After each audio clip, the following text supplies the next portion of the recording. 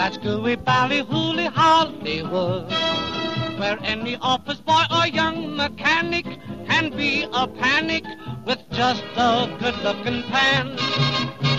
And any shop girl can be a top girl if she pleases the tired businessman. Hooray for Hollywood!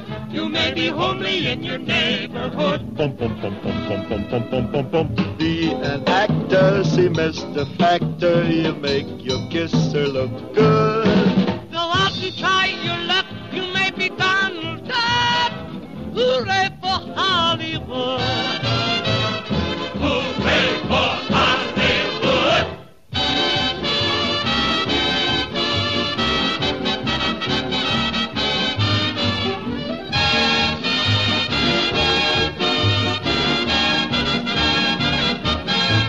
Hooray for Hollywood! That pony, super pony Hollywood! They come from Chillicothe and Paducahs with their bazookas to get their names up in line. All armed with photos from local rotos, with their hair in ribbons and legs in tags. Hooray for Hollywood! You have no way of knowing who'll make good. Perhaps you'll be another Papa Dion, your name in neon. If you get lucky, you could. Yes, buddy, you'll arrive if you can top this 5. Hooray for Hollywood!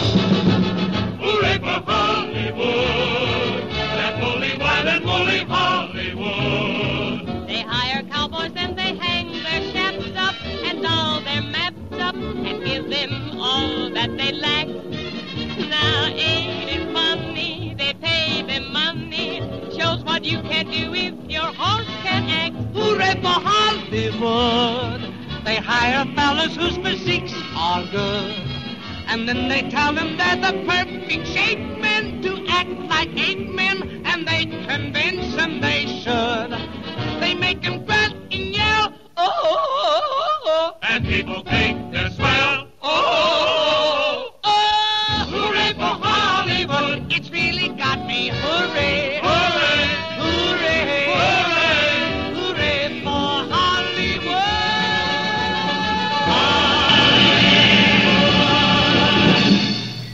Hooray for Hollywood. It's Friday night. I'm glad you're here with me, or you're listening to it tomorrow.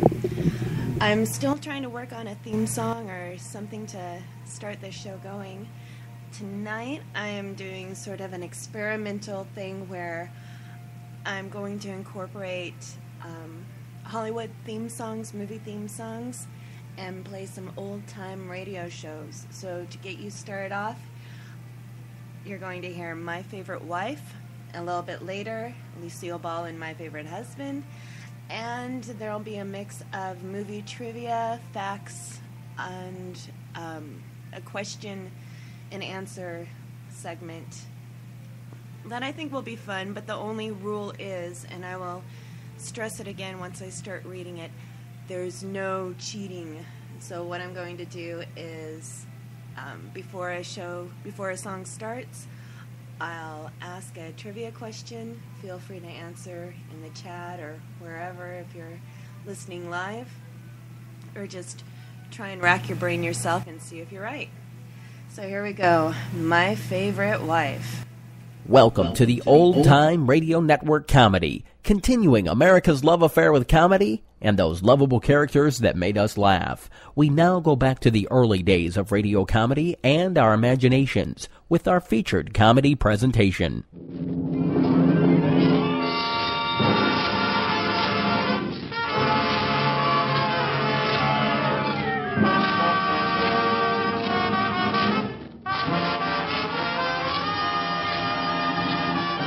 From Hollywood, California, the makers of Old Gold cigarettes present the Comedy Theater. The only radio program that brings you every week the greatest stars in the greatest comedies. Tonight's story, the Leo McCarey RKO picture success, My Favorite Wife, starring Joel McCrea, Constance Moore, and Gail Patrick.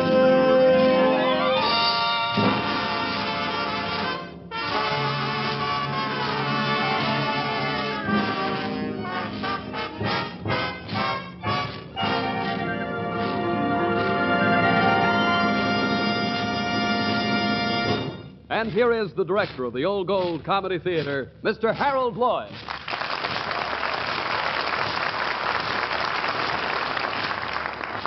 Thank you. Good evening, ladies and gentlemen. Our play tonight is the story of a man and his wife and his favorite wife. You see, the man had 2 children by his favorite wife, while his other wife had none. Confusing, isn't it? So we scoured the 4 corners of Hollywood to find an actor who had a favorite wife and 2 children. We found one man who had a favorite wife and 9 children. We found another who had 9 favorite wives and no children. And then, just as it seemed that our search would bear no fruit, we discovered a very fine actor who had a favorite wife and 2 children. And here he is, ladies and gentlemen, Joel McRae.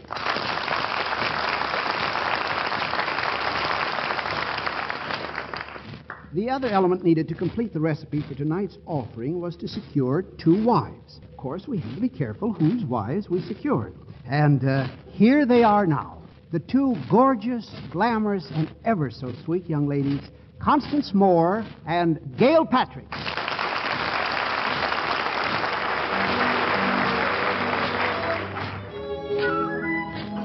And now on with our play. As our radio curtain rises, we find a courtroom. On the bench, wearing his flowing black robes, the judge is peering over the top of his glasses, puzzling over a brief he holds in his hands. Next to the judge, also wearing a worried look, stands his clerk. And just below them both, looking up anxiously at the judge, is a man, attorney Nick Arden, and a young woman, Bianca. These are the people appearing in the matter of Ellen Wagstaff Arden, Your Honor. I know. I'm able to read. Yes, Your Will Honor, you stop trying to explain things to me? I can see what it says here. This woman, Ellen, who do you call it, Arden, disappeared. Say, I just remembered. Wasn't I supposed to marry somebody today? If Your Honor would just permit me to explain. I don't need anybody to explain anything to me, young man. By the way, who are you? I'm Nicholas Arden, Your Honor, and as an attorney, I'm appearing for myself in the matter of my late wife, Ellen Wagstaff Arden. Oh. Yes, it says that right here. It's a sad case, Mr. Arden, very sad. If Your Honor pleased, I just want... your wife was a member of an expedition and was shipwrecked off the coast of Indochina. That's right, Your Honor. Now, if you will just turn to page 19... Never mind page 19. Now, what I'm interested in is right here on page 4. Mother of 2 children. I know I shouldn't have let her go, Your Honor, and I've blamed myself every day for the last 7 years. I should think you would. A nice girl like that, going off alone on a anthropological. Never mind telling me what the words are. I can read. It's right here in the brief. Yes, Your Honor. Now, where was I? Oh, yes. Shameful thing. Letting your wife go like that. No wonder you're sorry. By the way, who's this young woman with you now? My name is Bianca. Lovely, isn't it? Yes, Your Honor, but I didn't ask you. When the court asks a question, Mr. Arden, if you're a lawyer, as you say you are, don't you know who's to answer? I'm sorry, Your Honor. The young lady is a friend of mine. Now, since all the facts are in the brief and supported by affidavits, which are attached, all that's really necessary is for you I know what's necessary. What you want is for me to pronounce your wife legally dead, I suppose. Well, there's testimonies here, affidavits. No evidence to the contrary. The law is clear. I hereby pronounce Ellen Wagstaff Arden legally dead. Now, clerk, wasn't I supposed to marry somebody? Yes, sir. Us. What? Well, you see, Your Honor, now that you've made me a single man again, I'd like you to marry the 2 of us. That is, this young lady and me. Very confusing. Very confusing. You seem to be an able lawyer. Your brief is well prepared. Are you sure you want to get married again? Your Honor, even though it may not be in the brief, I am over 21. $25 for contempt of court isn't in the brief either, but that's what you're getting. Clerk, hand me the book of that marriage ceremony. Let's get this over with.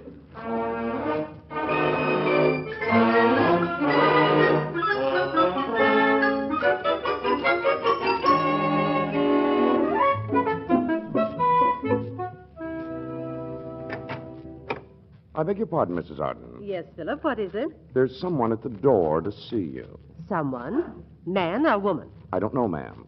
Sounds like a woman, but's dressed like a man. Wearing a sailor suit and a pea jacket. Hollywood influence, no doubt. That is, she wants to see me? She asked for Mr. Arden first, but I said he'd gone to Yosemite. Now, she wants to see his mother. Well, show him or her in, Philip. Yes, Mrs. Arden. I'll be close by in case you need me. This way, sir. Mr. Arden's mother is in the library. It's not sir, it's madam. And if you don't mind, I'd like to be alone with Mrs. Arden. Hello, Mother. I beg your... No. No, it can't be. Ellen. Oh, now don't get up, dear. Your houseman is bringing you a brandy. You'll feel better in a moment. Where's Nicky? Ellen, where have you been all these years? It just isn't possible. Oh, but it is, and I'm home. But how? When? For 7 years, my address has been latitude 12, longitude 28. An island, really just a speck on the face of the ocean. Then a Portuguese freighter came along one day, and... Oh, here I am. Where's Nick, darling? Nick? Is something wrong? Nick's married again. Married? Oh, but when did it happen? Just this morning. Just this morning. Oh. Oh, so that's why he went to Yosemite. Yes, naturally. Honeymoon. Oh, well, that's what he thinks. Have they got a telephone where he's going? Well, you ought to know. The last time he was there, you were with him. I see. Darling, what number do you dial to get long distance? I want to talk to a man about a honeymoon.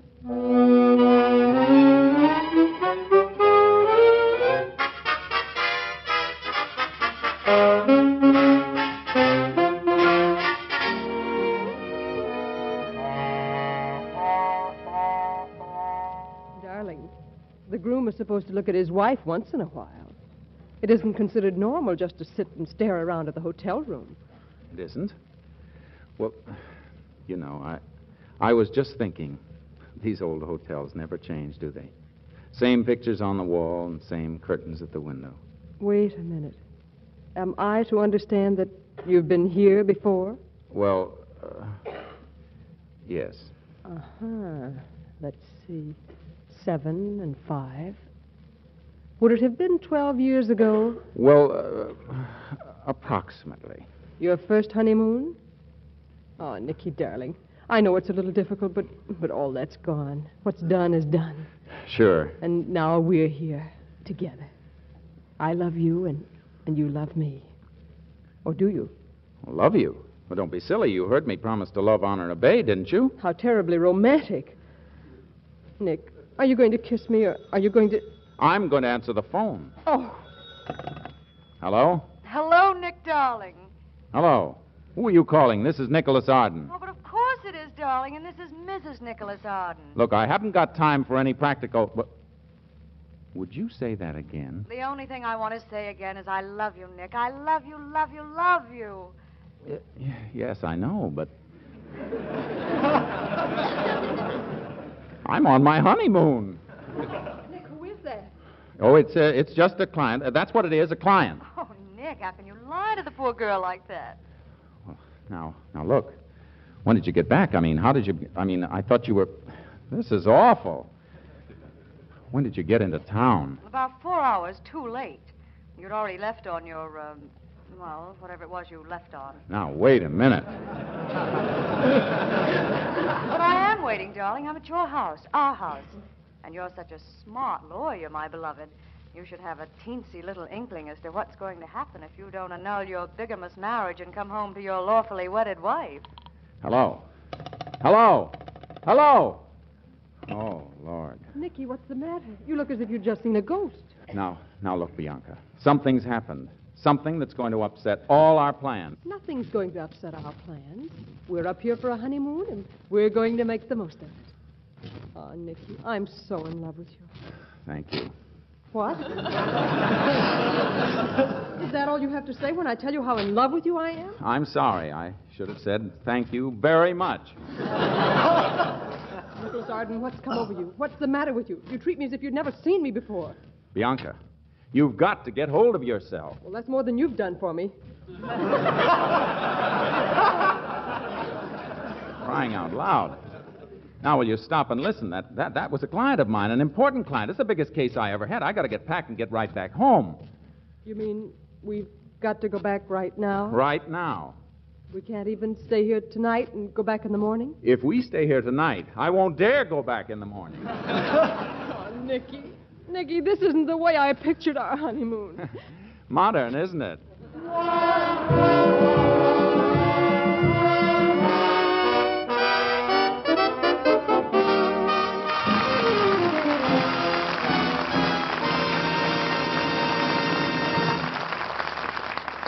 While they're setting the stage for Act Two, here's Bob Williams of our Pet Peeve Department. Well, it's this way, folks. When Junior's behaving like Peck's bad boy and the little woman vows he's a chip off the old block if there ever was one, don't head for a hatchet. Hold on, mister. Why be irritated? Light an Old Gold. Yes, smokers, it's time to enjoy a cigarette when little things rile you.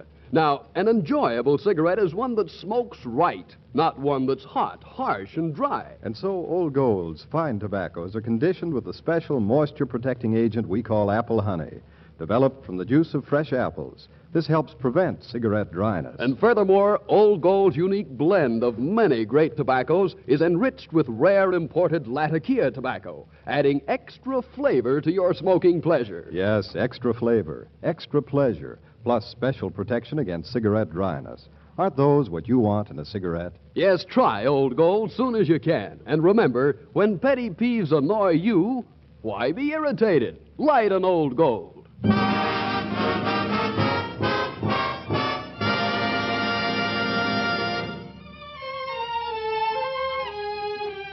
And now back to tonight's Old Gold Comedy Theater presentation, My Favorite Wife, starring Joel McCrea, Constance Moore, and Gail Patrick. To the average man, being married to two glamorous women might seem more like a dream than a mess. But to Nick Arden, the problem seems more than he can bear. He is still deeply in love with Ellen, his first wife and mother of his two children, and he's afraid to confess to the fiery Bianca that Ellen has come back. Well, while Nick and Bianca are driving back from Yosemite, Ellen and Nick's mother are at home awaiting his arrival. Now, really, Ellen, I don't want to seem mother-in-lawish, but I must say I don't see anything amusing in poor Nick's situation. Oh, poor Nick. I'll bet you anything he hasn't yet told his precious Bianca that I've come back. But if he hasn't told her, and they both come back here to the house... Yeah, well, that's what I was laughing about. Remember 10 years ago when I played that little southern girl? You remember Linda Lou in that play we gave for the Children's Hospital? Yes, but... Well, when Nick arrives, we'll be able to know if he's told her about me by the way he makes his entrance. What do you mean? Why, if he rushes in and throws his arms around me in front of her, he's told her. And if he stands there looking like a big sheepdog who's forgot where he buried a bone, we'll know he hasn't. But then what? Well, if he hasn't told her, I'm going to get even with him by playing that I'm a little old sweetheart of his from way down yonder.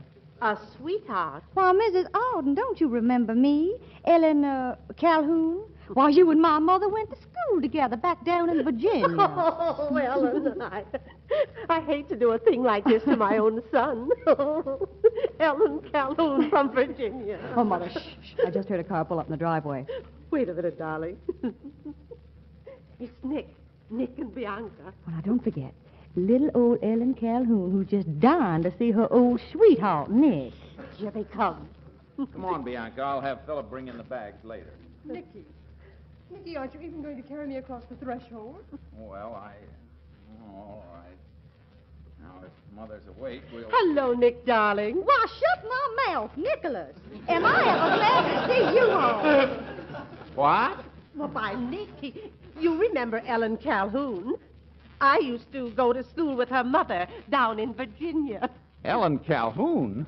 Good night. Oh, Miss Alden, I'm sure you wouldn't mind if I just threw my little arms around your new husband and gave him a great big brotherly kiss.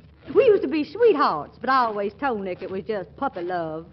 Come over here, you big puppy. Throw your arms around.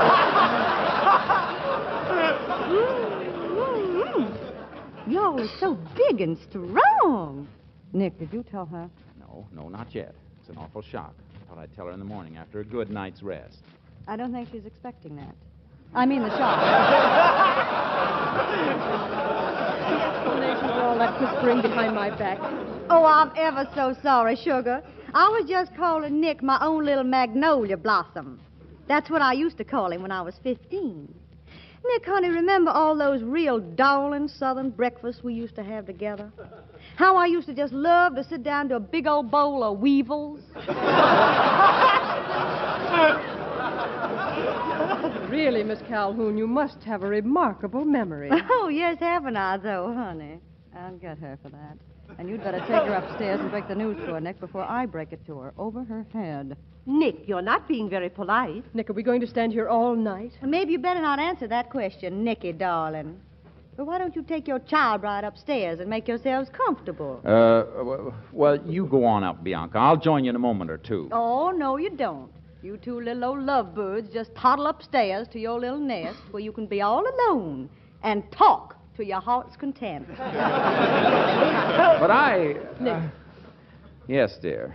Come on. Good night, you all. Don't worry about us none. You're talking. I said talking won't bother us one bit.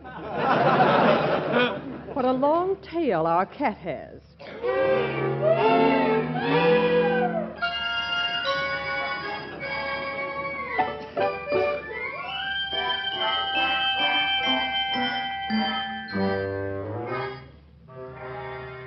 Darling, what's wrong with you? Or maybe I should ask, what's wrong with me? Bianca, I've got something to tell you. Oh, darling, you don't know how I've been waiting to hear it. And I love you, too. Thank you. I mean, thank you very much. Bianca, you've got to listen.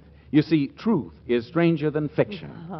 I've always heard that a man confesses his dreadful past on his wedding night. But I don't care, Nicky.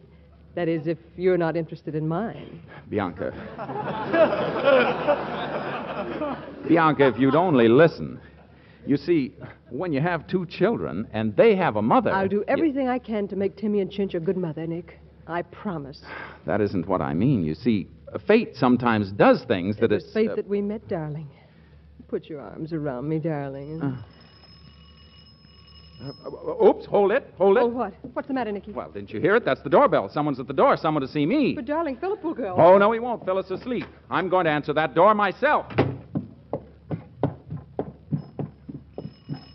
All right. Hold your horses. I'm coming.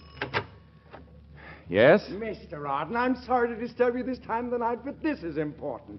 I'm Johnson of the American Life and Accident Assurance Company. You know, we paid that claim of $100,000 for the death of your wife, Ellen Wagstaff Harlan, you remember? Claim. Oh, yes. Come in, Mr. Johnson. Am I glad to see you? You are? And how? Yes. Well, this is just an idle rumor, but I've got to check up. You see, our office manager claims that he heard through somebody who talked to somebody who talked to somebody else that your wife was picked up off an island by a Portuguese freighter and brought back to this country. Silly, isn't it? Oh, yes. I knew the whole thing was ridiculous. Listen to this. The man who talked to the man who was supposed to be aboard the Portuguese freighter said that this woman, whom they suspect of being your wife, was on a tiny island for 7 years with some man she was shipwrecked with. Some man? Yeah, ridiculous, isn't it? Yes, she called him Adam. Adam, huh? And I suppose he called her Eve. Oh, that's it exactly, yes. Ever hear anything more ridiculous, Adam and Eve? Adam and Eve. Yes. Well, Mr. Arden, I won't take up any more of your time. Just had to check to fill in my report. Well, that's quite all right, Mr. Johnson. And if I should ever see my late wife, you'll be sure I'll talk to her about Adam and Eve.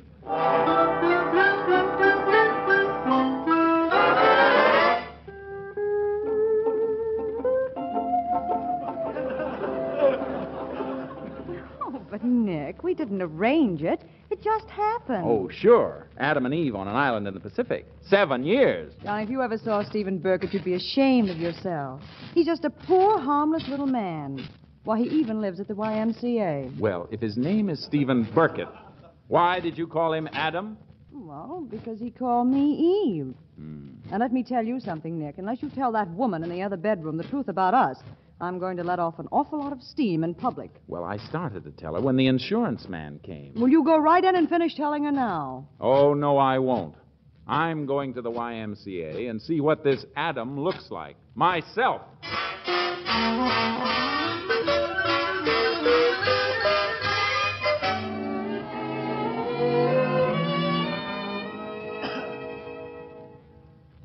Look, clerk, I've been up all night. I've been to the YMCA, every hotel in town. And if you haven't got a Stephen Burkett registered here at the Pacific Club, I don't know what I'll do. Mr. Stephen Burkett? But he is registered here. He is? Mm-hmm. Yes, sir. I saw him come down from his room just a little while ago. And, there he is. See him outside? Well, I don't see any. Wait a minute. You mean that big Hercules? That Tarzan who just did that swan dive into the swimming pool? Why, yes, that's Mr. Burkett. Built like a... Never mind what he's built like.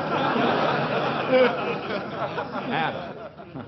YMCA. Poor, harmless little man. 7 years. Clerk, hand me that phone.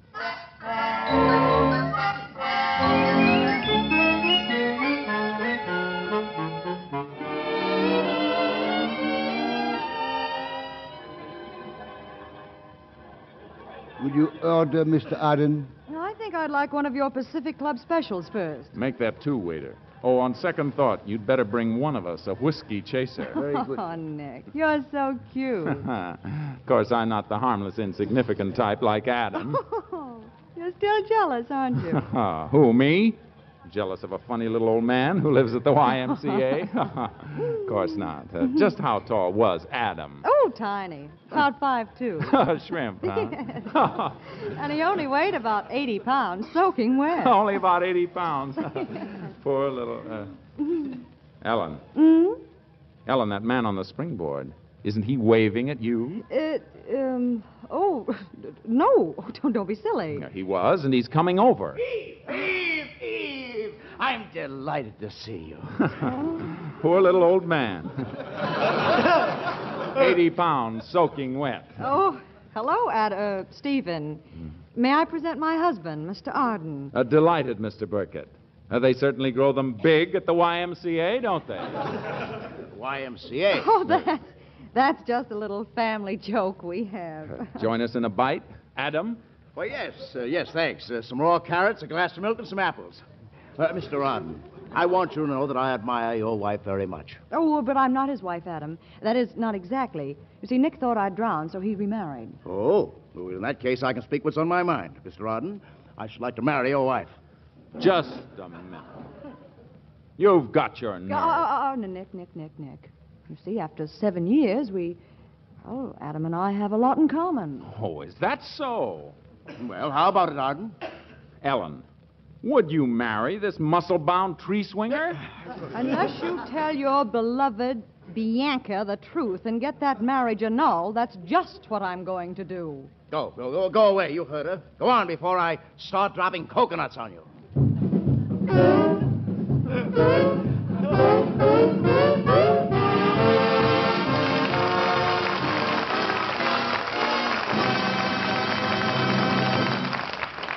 Act 3 follows immediately after Bob Williams and Company. Thanks, Harold. And say, friends, when your favorite mystery is on the air and the detective says, "Killer Diller, the clue that will hang you is," and just then static spoils everything, don't tear your hair. Figure it this way. Why be irritated? Light an Old Gold. Yes, you'll tune in on real smoking satisfaction when you enjoy Old Gold's extra flavor, plus Old Gold's special protection against cigarette dryness. This superb blend of many fine tobaccos is enriched with costly, flavorful Latakia tobacco and then conditioned with apple honey to help preserve natural moisture and prevent cigarette dryness. So for downright smoking pleasure, light an Old Gold. And friends, please remember this. Even though we're producing all the cigarettes possible without sacrificing one iota of Old Gold's top-notch quality, the men and women in our armed forces get first consideration. But we're doing our best to assure fair distribution of all remaining Old Gold cigarettes. So, if you must be content with substitute brands today, take the comfort in the thought that tomorrow, if you ask, your dealer may have Old Gold.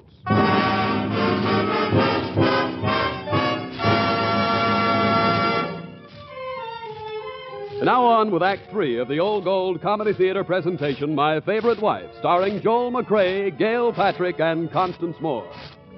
Well, after one look at that gorgeous hunk of man, Stephen Burkett, who for 7 long years played Adam to Ellen's Eve, Nick Arden found himself forced to tell Bianca the truth, and now he faces the consequences. Now we find ourselves back in the courtroom. On the bench, the same judge, the same flowing black robes, before him the same two people, Nick and Bianca. But this time, there are two more people with them, Adam and Eve. However, from the look on Bianca's face, this is certainly not a Garden of Eden. Will you all keep quiet? What are you trying to do? Confuse me more than I am right now? We're sorry, Your Honor. We? How do you like that? As soon as things get bad, he wants me a partner.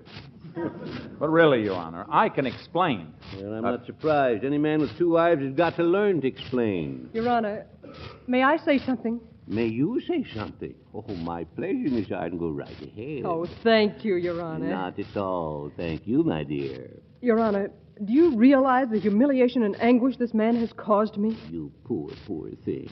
Your Honor, how would you feel if you went on a honeymoon with a man who turned out to be a perfect stranger? I don't see anything perfect about him. I thought I did until... Your Honor, this is immaterial, irrelevant. Are you going to stop interrupting this poor, heartbroken, beautiful woman, you cad? Oh, thank you, Judge. My pleasure, Mrs. Arden. Judge, this whole thing is really quite simple. She's right, Your Honor. It's really quite simple. It's really quite simple. It's really quite simple. Let me tell you something, Mrs. Arden. The first, it's not quite simple.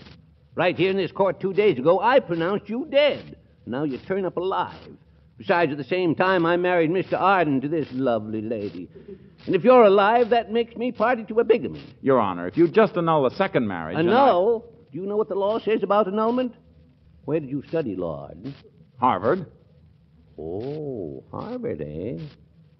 I'm a Yale man myself. Oh, poor Nicky. Mrs. Arden, I wasn't talking to you. Did you mean me, Your Honor? I most certainly did, most certainly. Now, my dears, I understand that you were asking for an annulment. And I think I'm entitled to one. Yes, well, you know what an annulment means? After the honeymoon I spent, definitely, yes. So that's it. A kissless bride. Harvard man. Marriage annulled. Ellen Wagstaff Arden declared, well, very much alive. Oh, Judge. And my wife says nothing interesting ever happens in this court. Go on, the case is over. Get out here. Get out of the courtroom, all of you. Goodbye, Bianca, you beautiful young thing. It's really too bad I have to take Nicky from you at this late date. Take him from me. I want you to know that I'm giving him to you, and you're welcome to him. Because he's nothing but a... I know. A Harvard man. Come on, Ellen.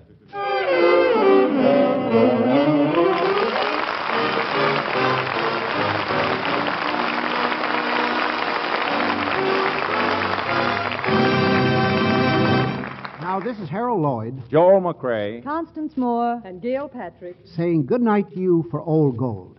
And I hope that you'll be with us again next Sunday when the Old Gold Comedy Theater presents George Murphy and Lucille Ball in A Girl, a Guy, and a Gob. See you then. Audible has a special gift for you. Nothing but a Harvard man. I love old-time radio shows. I think I started getting obsessed with them about 5 or so years ago. And I love it. It just sparks the imagination, inspires me to want to do my own. But since I don't have the talent or talents around me to actually do a radio show of that caliber, I'm just broadcasting live until I can, hopefully, one of these days, get something out there going like that. Big fan of old-time radio. Big fan of old-time Hollywood. Hollywood, whether you're a fan of the silent film platinum days or the golden age of Hollywood, I consider the 40s and 50s, or even the modern Hollywood, when you're a kid or teenager and you're just sparked with, your imagination is sparked from whether it's Rocky, Superman, Star Wars, the John Hughes films, just about anything out there. There's something for everyone, of course, and it inspires you to daydream, to write, to put yourself, transform into another place, especially for somebody like me who's a complete introvert. I live for film not really the modern film age era. Not a lot of films lately have gotten me excited, and there's been no inspiration to do hardly anything as of late. Not that I should have outside, sources to inspire me. It should all be internal. But Hollywood, love it or hate it, but it's affected us all in some way or another.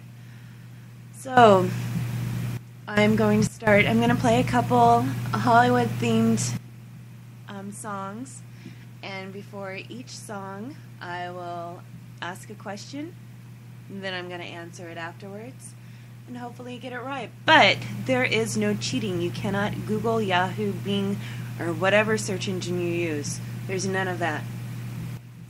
So the first question I'm going to ask before I will play Que Sera Sera is, when was the first movie theater opened?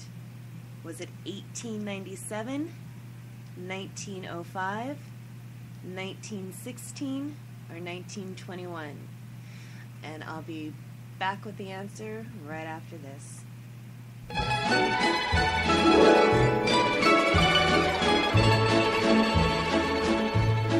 When I was just a little girl, I asked my mother, what will I be?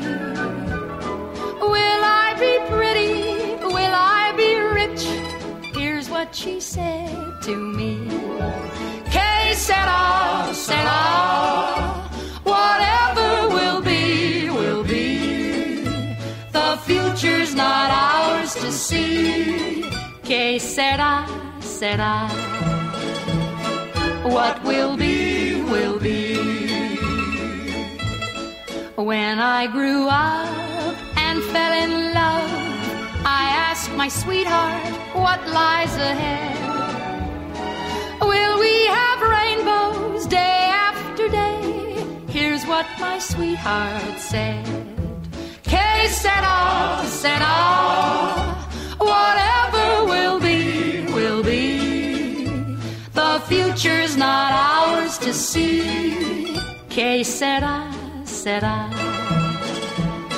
What will be, will be. Now I have children of my own. They ask their mother, what will I be? Will I be handsome? Will I be rich? I tell them tenderly. Que sera, sera. Whatever will be, will be. The future's not ours to see. Que sera, sera. What will be, will be. Que sera, sera. Que sera, sera. I remember my mother singing that to me when I was a little girl, and I in turn did the same when my children were little.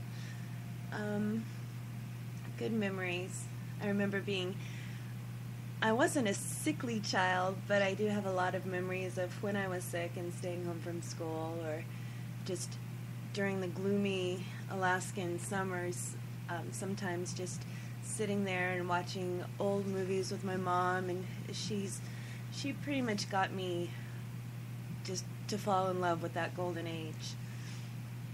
So I am going to answer that question. When was the first movie theater opened? And the answer is, if I had a drum, I would do a drum roll. If I played the drums and had a drum, I'd do a drum roll. But I don't. So, how's that? The first theater in the world exclusively devoted to showing motion pictures was the Nickelodeon. This theater opened on July 19th, 1905 in Pittsburgh, Pennsylvania, and the cost of admission was a nickel. I'm trying to remember the cost. I know here in Texas, for an evening show, it's relatively cheap. It's a lot cheaper than than it was in Oregon or Washington. So I can't complain about the ticket prices here. All right, now on to some trivia. I nabbed a bunch of trivia when I got home from work. And let's see, I have random facts, random trivia, and I think I will start with the short and sweet little trivia. I'll read this, move on to the next question and then song, and then play My Favorite Husband, which, let me think of a fun little song to play. I'm gonna look here.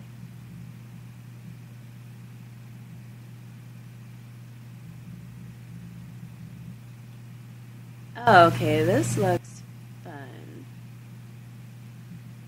All right, now into the trivia. Here we go. I have it somewhere, I promise. Okay. All right, here we go. All right, did you know this is all on Notepad, so I don't have not a lead into it. I don't even remember where I nabbed it from. But it's true, damn it. So if you don't believe me, believe the internet. All right, Harrison Ford. I'm sure a lot of you already know most of these. I knew some, but I didn't know all. So a lot of them, it was fun little trivia facts from me, at least. So on to the trivia. Harrison Ford, then 35, was installing a door to Francis Ford Coppola when a studio executive asked him to read lines with actresses who were testing for a new film. The film was Star Wars. Did you know that? Well, didn't he already... I mean, he was already an actor by then. I know he did a couple things. Didn't he do American Graffiti and... I don't know. Let's see. Did you know that Tommy Lee Jones and Al Gore were roommates at Harvard? They even started a country music band together while in school. Ew. That's... Ew. I hate country music. I hate it. I hate it as much as I hate sports. All right. While filming The Shining... Now this, I did not know, and it made me sad. Okay, not extremely sad, but aw. While filming The Shining, director Stanley Kubrick told everyone in the cast and crew to be actively mean to Shelley Duvall so that the feeling of hopelessness and solitude in her character would be authentic. Now that's just mean. Alright, did you know that Alicia Keys started out as a child actor, not a singer? She played one of Rudy's friends on The Cosby Show. And I'll try and show, if there's a little segment or a little clip, I'll try and post it to my website after this is all said and done and over with. So if you want to check back to donmasuoka.com, feel free, look up tonight's episode, and I'll show you the little clip. I couldn't make her out. I don't know if she was the little girl who looked like a boy. I don't know. Right, in an interview with a vampire, in the night park scene where Brad Pitt and Tom Cruise are walking, a trench was built for Pitt to walk in so that it would seem like they were the same height. And that's just pathetic. All right, Roger Ebert, rest in peace, and Oprah Winfrey went on a couple of dates when they were both starting out in Chicago. I did not know that. I'm sure everybody else did. Especially with his passing. I haven't really read any articles about it or any people reminiscing, but wow, I had no idea. While filming Singing in the Rain, Gene Kelly yelled and cursed at Debbie Reynolds, gasp, so much for messing up their dance scenes that one day she ran off set, hid under a piano, and cried. Someone walking around MGM noticed Reynolds and offered to help her. That guy was Fred Astaire. Aww.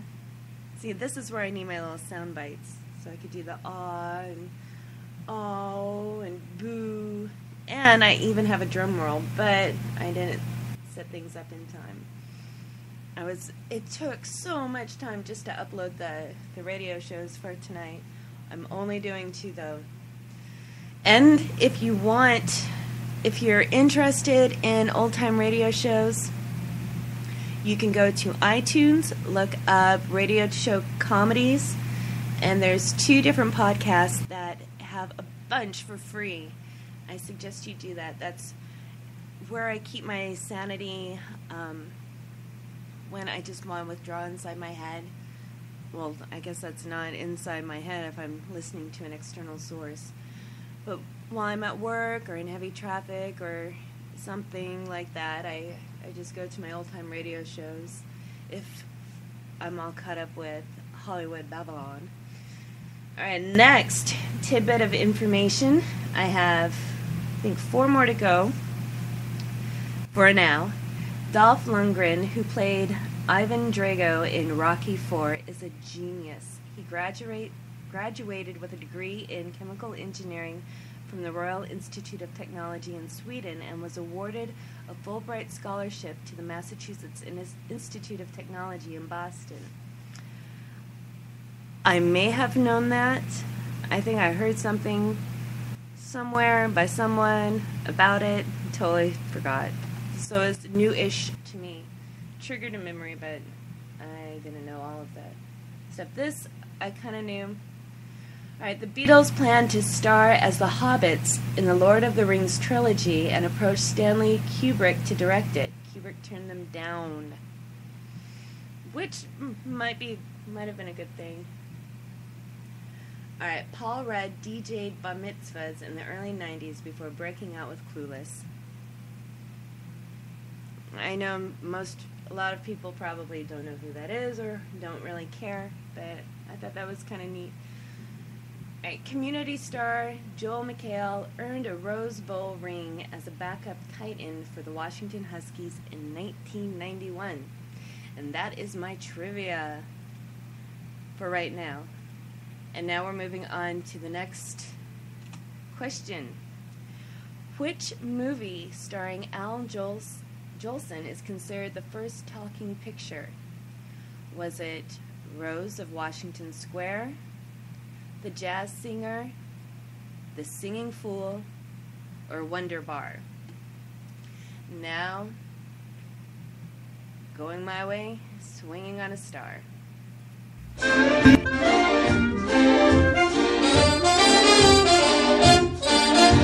Would you like to swing on a star? Carry moonbeams home in a jar and be better off than you are? Or would you rather be a mule? A mule is an animal with long, funny ears, kicks up at anything he hears. His back is brawny, but his brain is weak. He's just plain stupid with a stubborn streak. And by the way, if you hate to go to school, you may grow up to be a mule. Or would you like to swing on a star, carry moonbeams home in a jar, and be better off than you are? Or would you rather be a pig? A pig is an animal with dirt on his face. His shoes are a terrible disgrace. He has no manners when he eats his food. He's fat and lazy and extremely rude. But if you don't care a feather or a fig, you may grow up to be a pig. Or would you like to swing on a star, carry moonbeams home in a jar, and be better off than you are? Or would you rather be a fish? A fish won't do anything but swim in a brook. He can't write his name or read a book. To fool the people is his only thought, and though he's slippery, he still gets caught. But then if that sort of life is what you wish, you may grow up to be a fish.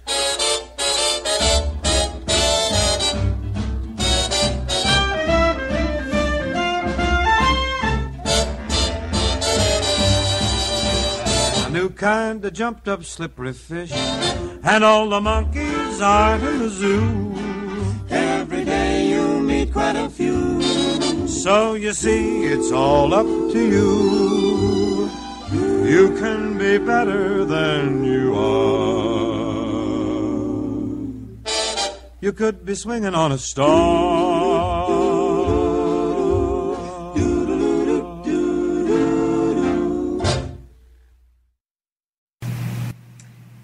You could be swinging on a star.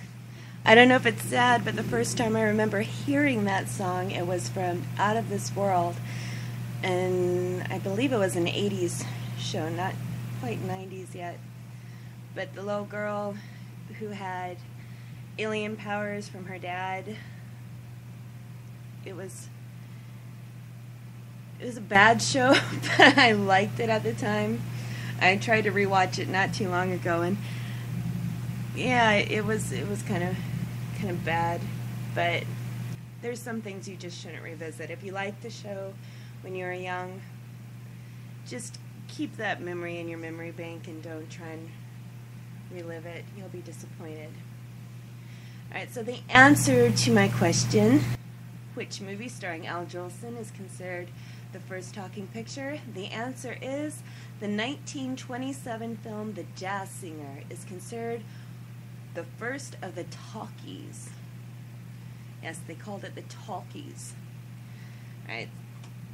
So now I'm going to take you to My Favorite Husband, and then the rest of the show, it'll be trivia, talk, and the recent episode of Auction Kings that I saw that I can't get over. Can't get over what happened. So I'm really shocked and in dismay over it. So here we go, My Favorite Husband. Sit back, relax. I hope you have your popcorn, get comfortable, pour some wine, whiskey, beer, water, iced tea. I'll count to 5, give you a couple seconds to get settled. 1, 2, 3, 4. No Mississippi's. 5.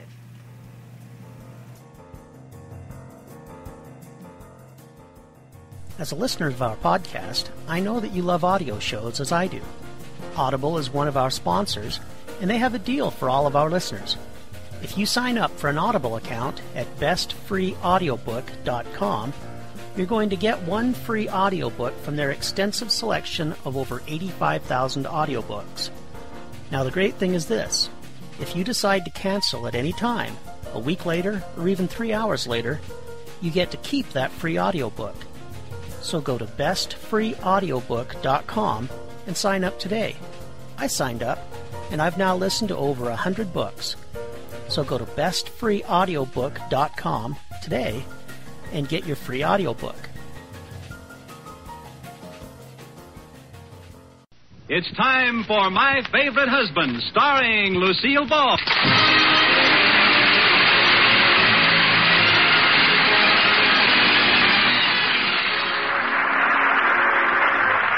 Yes, it's the Gay Family series starring Lucille Ball with Richard Denning as Liz and George Cooper. Two people who live together and like it.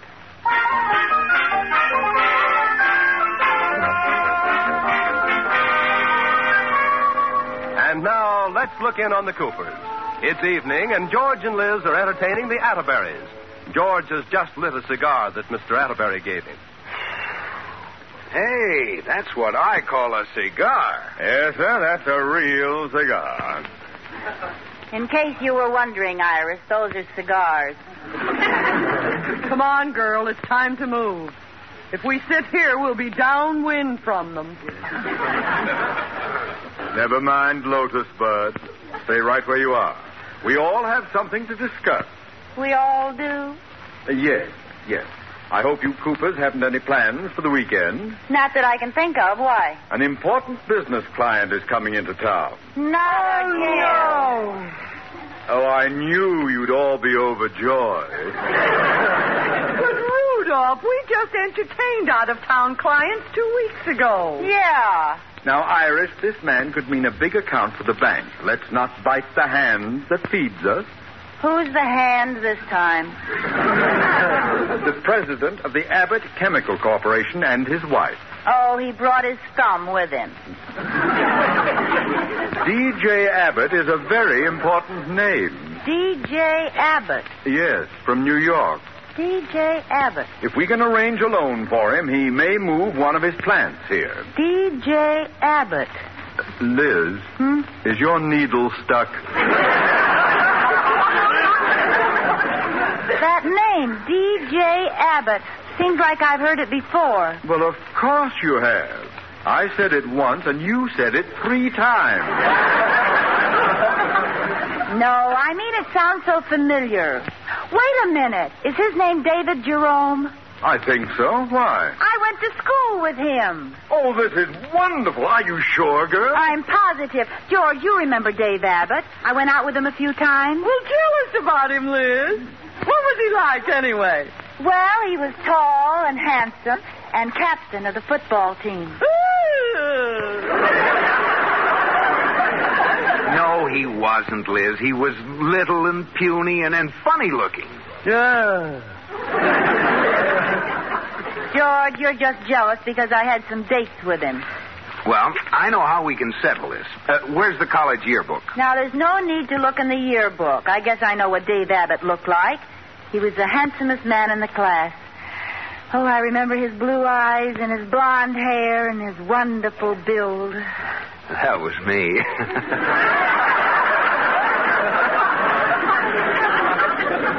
No, George, you were the most conceited man in the class. Wait. Here's the yearbook. We'll settle this whole thing right now. Let's see. Aaron, Abby, Abbott. Here he is. Dave Abbott. Handsomest man in the class, huh? Take a look, Liz. Well, he's certainly changed since I knew him.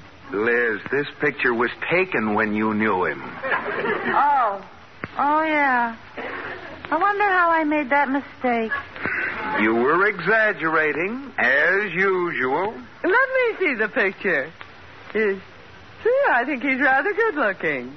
You do? Well, you like someone who looks like a pig.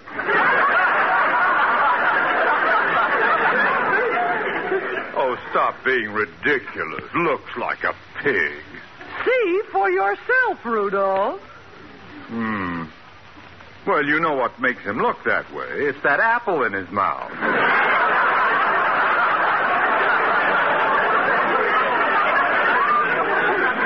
Oh, come now, you two. He really doesn't look like a pig. No, of course not. He looks more like a frog. He does not.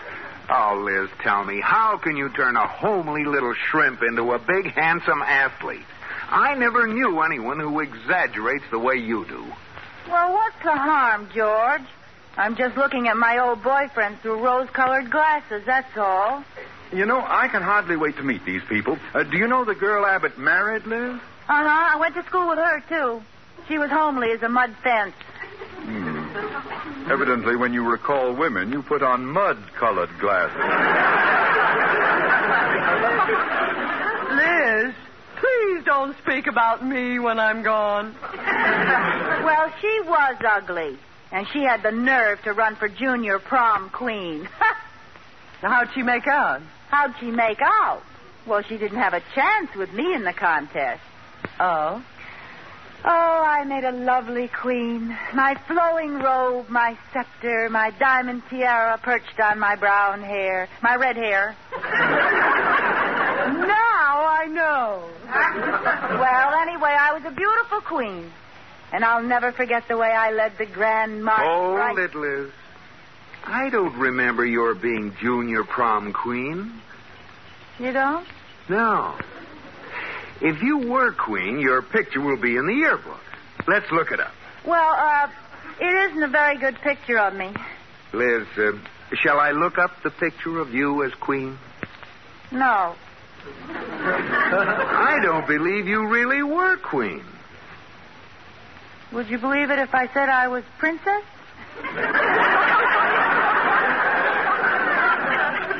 No. Member of the Queen's Court? No. Alternate member of the Queen's Court? No. Oh, Liz, why don't you just admit you were just another girl at this prom? I can't. Well, why not?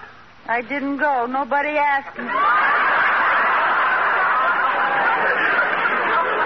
There you go again, exaggerating. Oh, why do you do it, Liz?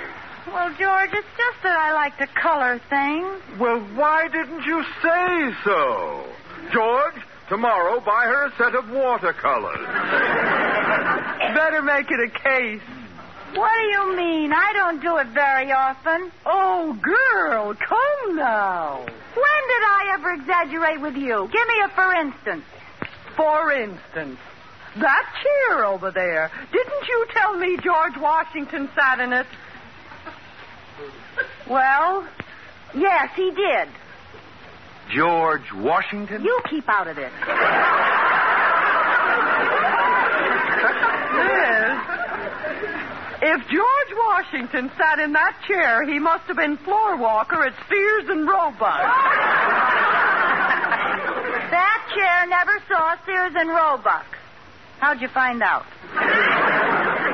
I saw the label one day when you were out of the room, and I happened to be lying on my back underneath the chair.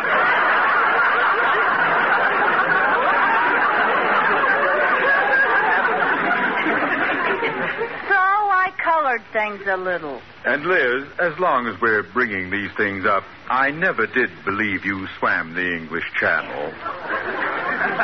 Look, Liz, I think now is just as good a time as any for you to stop coloring things. Well, I'll stop, George, but can't we wait till after the Abbotts leave? No, Liz, there'll always be another reason. If you're going to stop, do it right now.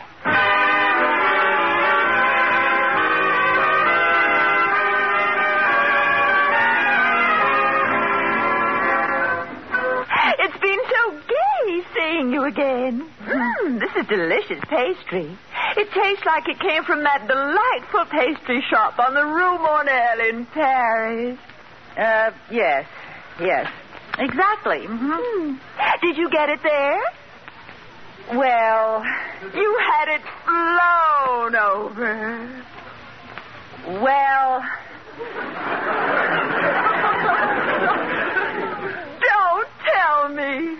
I'm trying hard not to. No, Imogene. I bought it at the corner baker's. Oh. He may have had it flown over. Well, at least it reminds me of Paris. When were you last on the continent, Liz? Which continent did you have in mind? Europe. Oh, that one. You've been to Paris, of course. Well, to tell the truth, and you're making it pretty tough. Well, you might as well be dead if you haven't been. Better off dead, huh? Well... Oh, certainly you've been there. Made George turn over in his safe deposit box? Yes. Enchanting Europe. Where did you get to? Every place. Every place? Sure. Why be a piker now?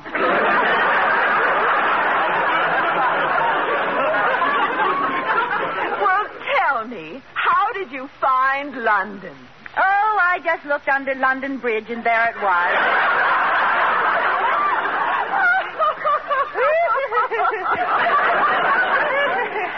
But to get back to Paris. Yes. Oh, give me Paris in the spring. Oh, oui, oui. Oh, vous parlez français? Huh? Parlez-vous français? How's that again? Do you speak French? Oh, yes, fluently. Oh, Liz, you're so droll. Oh, thank you. Now, tell me, dear. Yes, darling. If Dave builds a factory in Sheridan Falls, I suppose I'll have to maintain a small cottage here. How's the servant problem? Oh, I think I can get by with a staff of 10. 10? Yes. Do you have more? Of course not. Well, just 10? Oh, Imogene, don't be silly. What use would I have for 10 servants? Well, my dear girl, how many do you have? I have,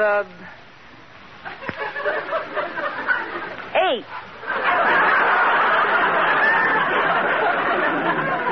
How on earth do you manage? I doubled up. I taught the downstairs maid how to walk upstairs. And it worked? Yes, her ears pop, but she loves it.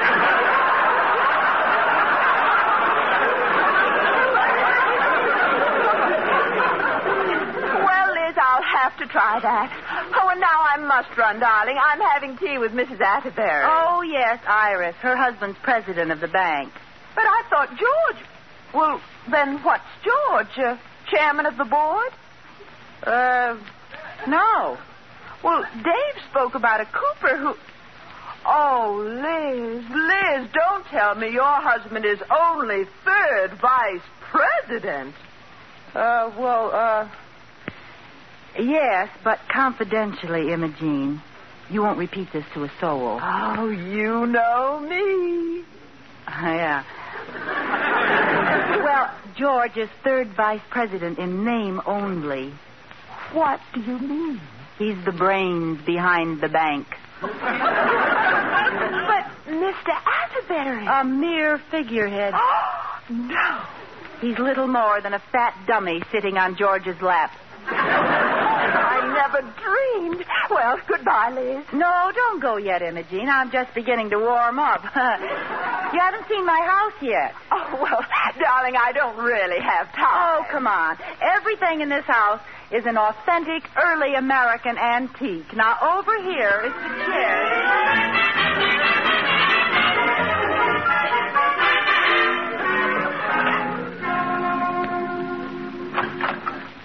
George, boy? Yes, Mr. Atterbury. Could I see you in my office a minute, please? Oh, yes, sir. After you, boy. Thank you. I just had a call from Iris. She'd been talking to Imogene Abbott. Oh? Imogene was telling Iris about the delightful lunch she had with Liz. Oh, here we are. After you? Oh, thank you, sir. Not at all. You're fired! What's the matter? What did I do?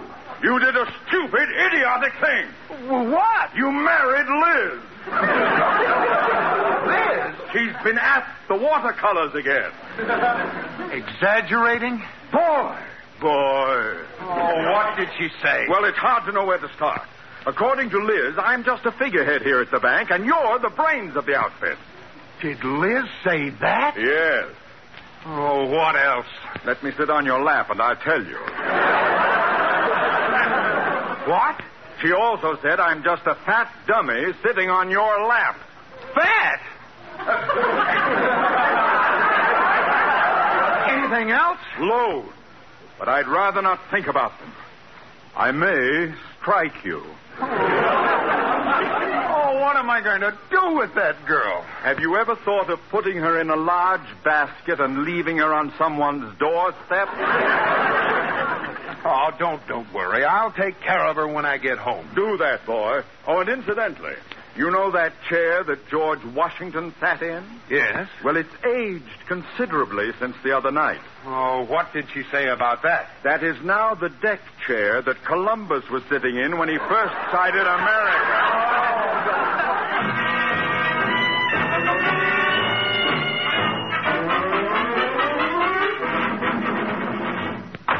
Liz? Hi, George. Give me a kiss. Liz? Ooh. I want to talk to you. Wait till I unpucker. What's the matter? I heard something very interesting today. What? That I'm the actual head of the bank, and Mr. Atterbury is just a figurehead. Now, who would say a thing like that? Well, Mr. Atterbury told me, and Iris told him, and Imogene Abbott told her. And guess who told Imogene? Lizzie Wizzy? Liz, what's the matter with you? How could you exaggerate like that this afternoon when you just promised me faithfully you wouldn't? Isn't there any answer? Yes, George. I'm just a pitiful, spineless wretch.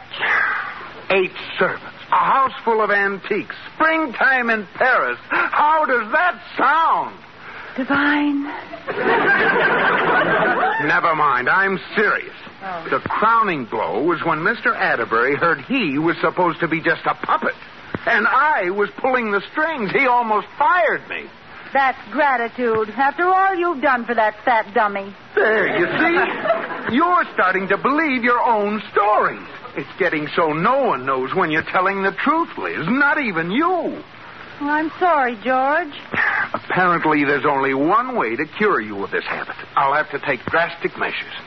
Like what?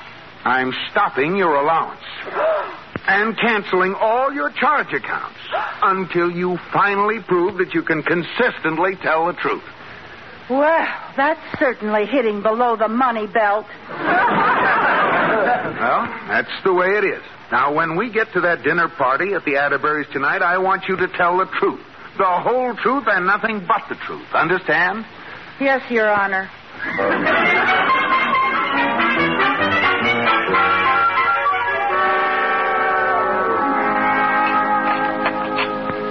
Oh, that was a good dinner, Atterbury. Oh, wonderful. Glad you liked it. More coffee, Mrs. Abbott. Oh, no, thanks. I'm afraid I overate. Well, we have a wonderful cook, if I do say so myself. You certainly do. Liz, you didn't eat very much. I thought you usually liked my roast beef. Well, I do ordinarily, Iris, but tonight it was lousy.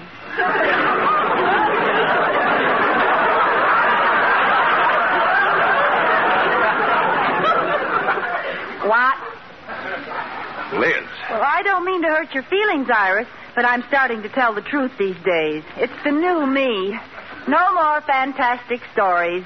That's good, I think. Wait a minute, Liz. Were all those things you told me this afternoon falsehoods? Every one of them. The nearest I ever got to Paris was the day I bought George some garters. Garters, Paris, yes. How about a little sherry for everyone? Yes, sherry. But I love a good sherry. This is a rare old import. Is it really imported, Mr. Atterbury? Well, of course it is, Liz. Well, Why?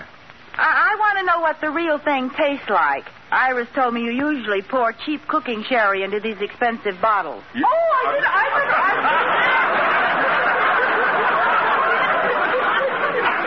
Are you out of your mind, Liz? Oh, she got you that time, Atterbury.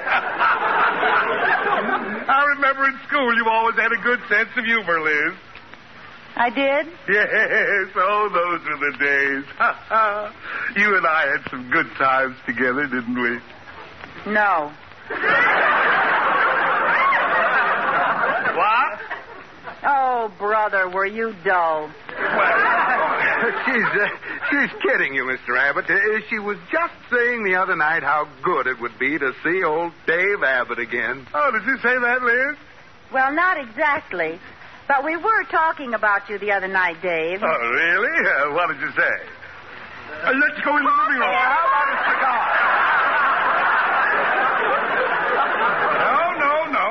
No, wait. I think I'd like to hear this. What did you all say about me, Liz? Well, I said you were good-looking and built like an Adonis. Really? Yes, until I saw your picture in the yearbook. Thanks. Liz, please. Mr. Abbott, I saw your picture, and I remember remarking you were very handsome. Well, thank you. Iris, how can you say that? You were the one who thought he looked like a pig. I've never been so insulted. Liz, I'd like to see you in the hall. George, I'm only telling the truth. Dave, you'll be glad to know that George stood up for you. Well, that's something. Thank you, George. You're welcome. He disagreed with Iris. He didn't think you looked like a pig. Well, good. He thought you were more the frog type. That does it. So this is the way you treat your clients, Atterbury? No, Abbott. Well, I'll just take my business elsewhere. Please, folks, let's all calm down. Liz will apologize, and we'll all have a glass of this awful cooking sherry. No! Oh, Dave, be sensible. Sit down. You keep out of this, Imogene. When I want your advice, I'll ask for it. Liz, tell Mr. Abbott you're sorry. I'm sorry you look like a frog. What's so funny? I never noticed before, but you really do look like a frog. Well, you're no Betty Grable, you know. Oh, now, Dave, you shouldn't say that. You told me yourself she was a very pretty girl. Oh, when did he say that? The night he told me if I didn't marry him, he'd either kill himself or marry you.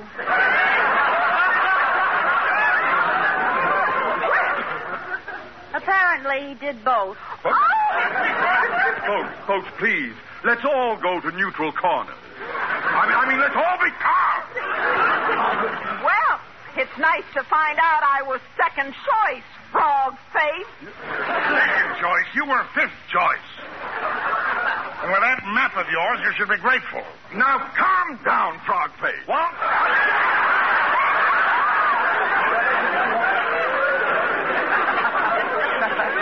Well, I may not be pretty, but at least I'm not a crook. Crook? Quiet, you fool. Oh, you just try and quiet me. Has anyone ever seen any product from the Abbott Chemical Corporation? Well, there is none. She's just kidding. Yeah, it's a great big stock promotion, and everybody gets stuck but Mr. Big. Or is it Pig? Well, we have to be going. Let me tell you about Boston. Oh, did he clean up there? Get out of here. Come on. He really took the suckers.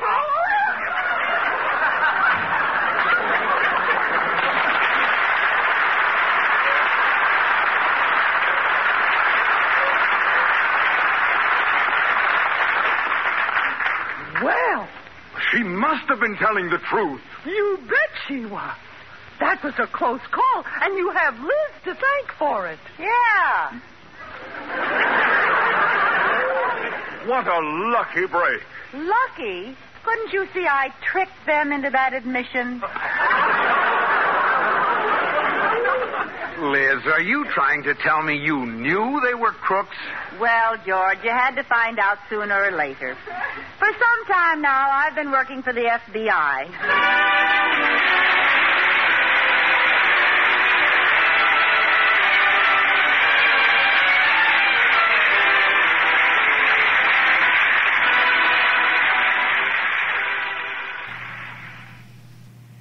Remember to go to free audiobooks, bestfreeaudiobook.com, or just go to iTunes and look up radio shows or radio comedies.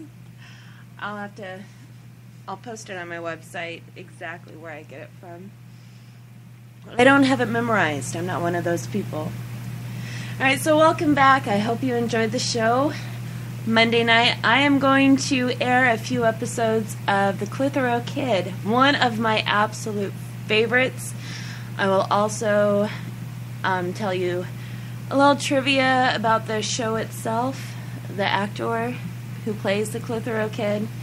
It's one of my all-time favorites, and I hope you'll like it too.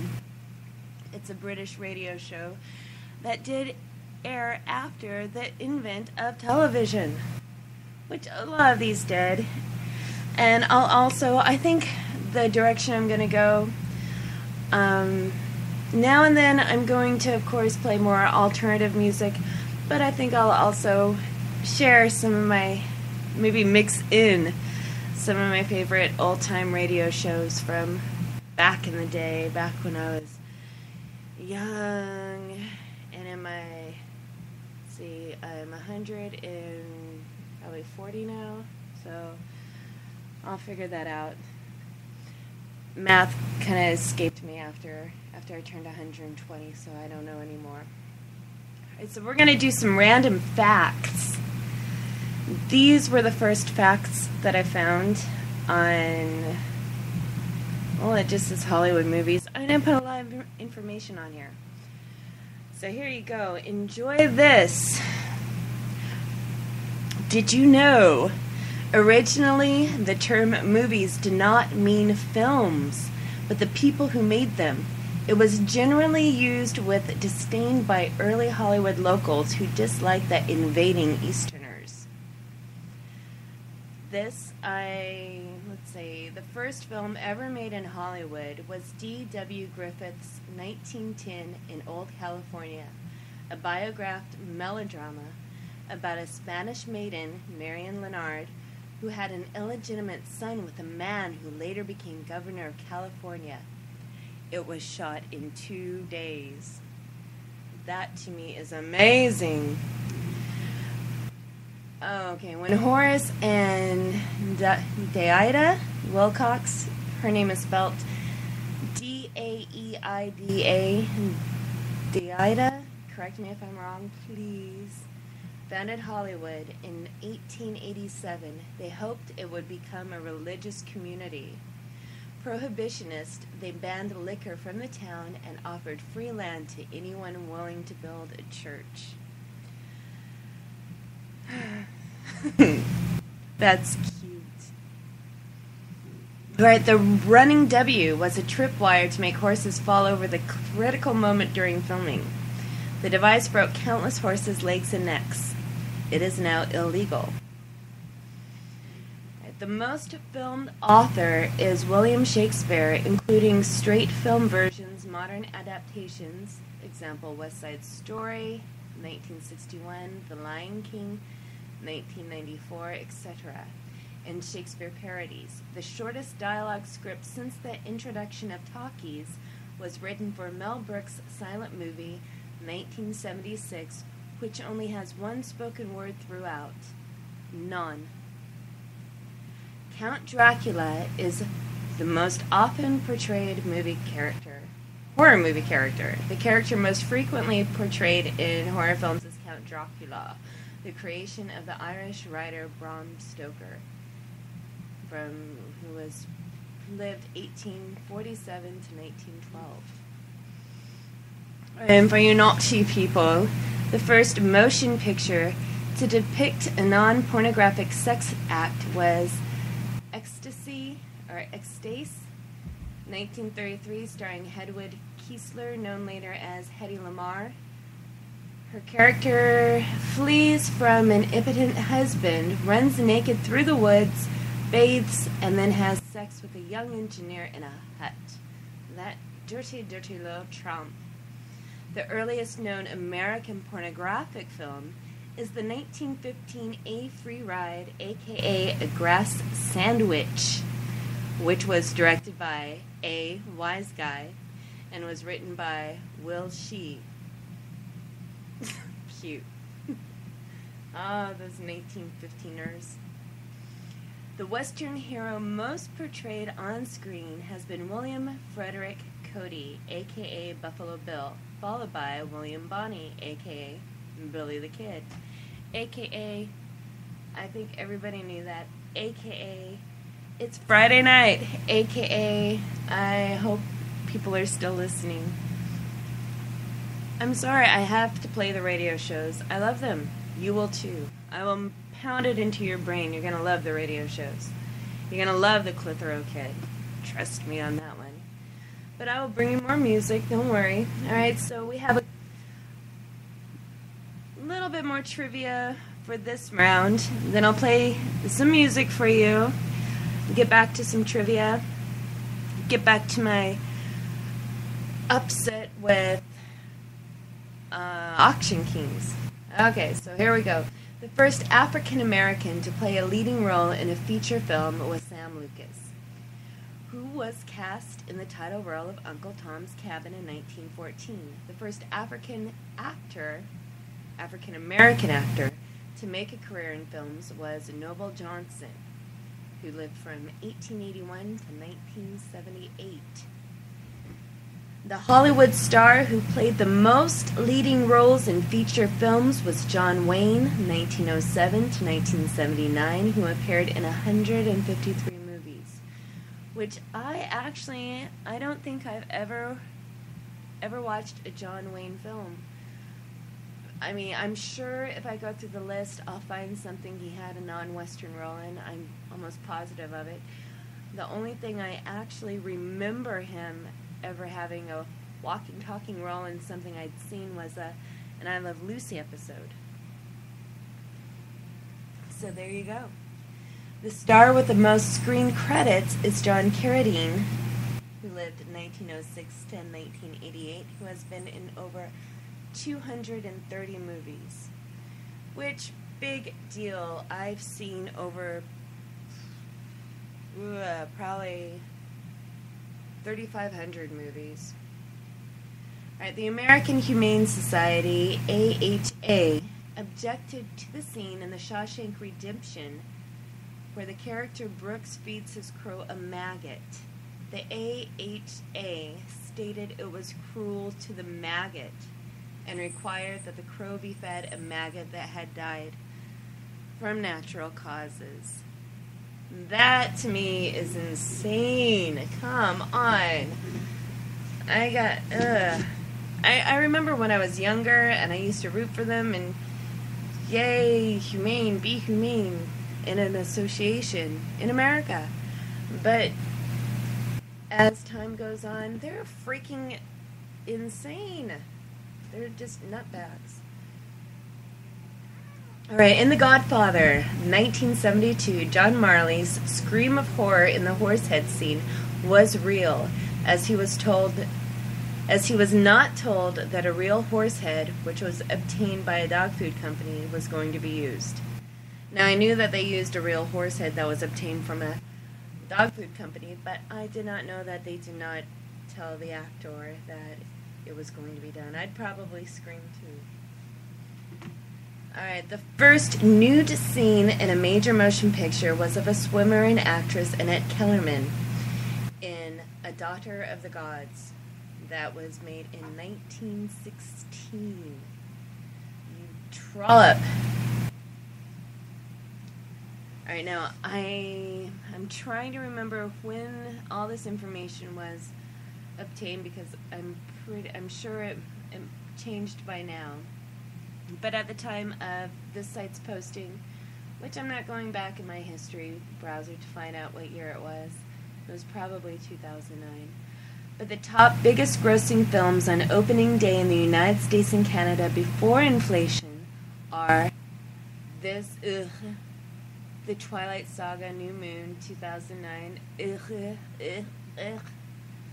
The Dark Knight, yes. Transformers, Revenge of the Fallen, Spider-Man 3, boo. And Harry Potter and the Half-Blood Prince. I have to say that with a British accent. I have to. Alright, the 5 highest domestic grosses adjusted for inflation are Gone with the Wind, Star Wars, woohoo, The Sound of Music, E.T., and the 10 Commandments. Alright, this trivia is kind of boring. Alright. In 1923, Mark Sennett, Harry Chandler, and the Los Angeles Times put up the Hollywoodland, later shortened to Hollywood, sign to publicize a real estate development. The sign cost $21,000.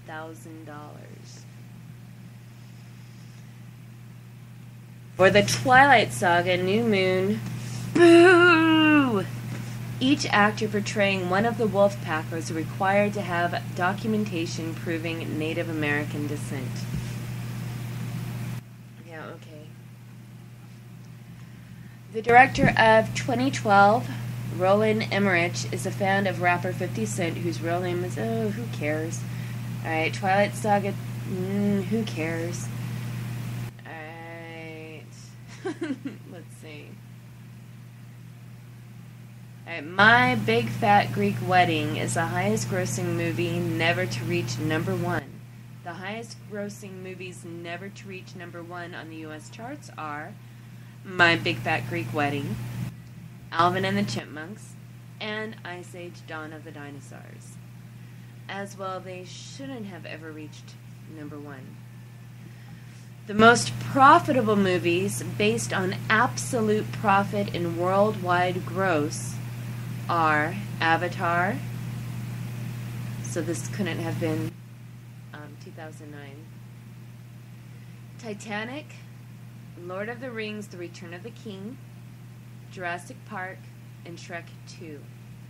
The 5 largest worldwide grossing movies of all time before inflation are Avatar, Titanic, Lord of the Ring, Return of the King, Pirates of the Caribbean, Dead Man's Trust, and The Dark Knight. Yay! Dark Knight.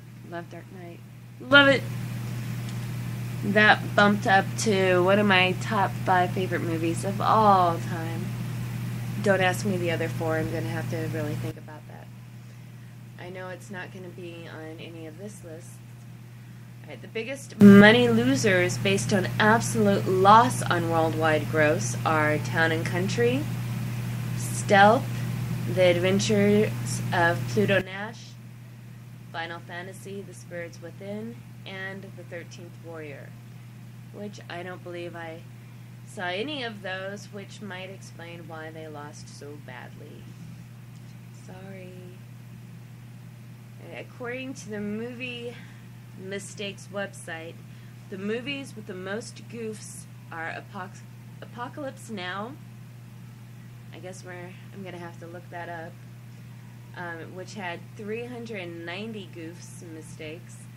Harry Potter and the Prisoner of Azkaban. Wow. 296 mistakes, goofs. Harry Potter and the Chamber of Secrets with 289.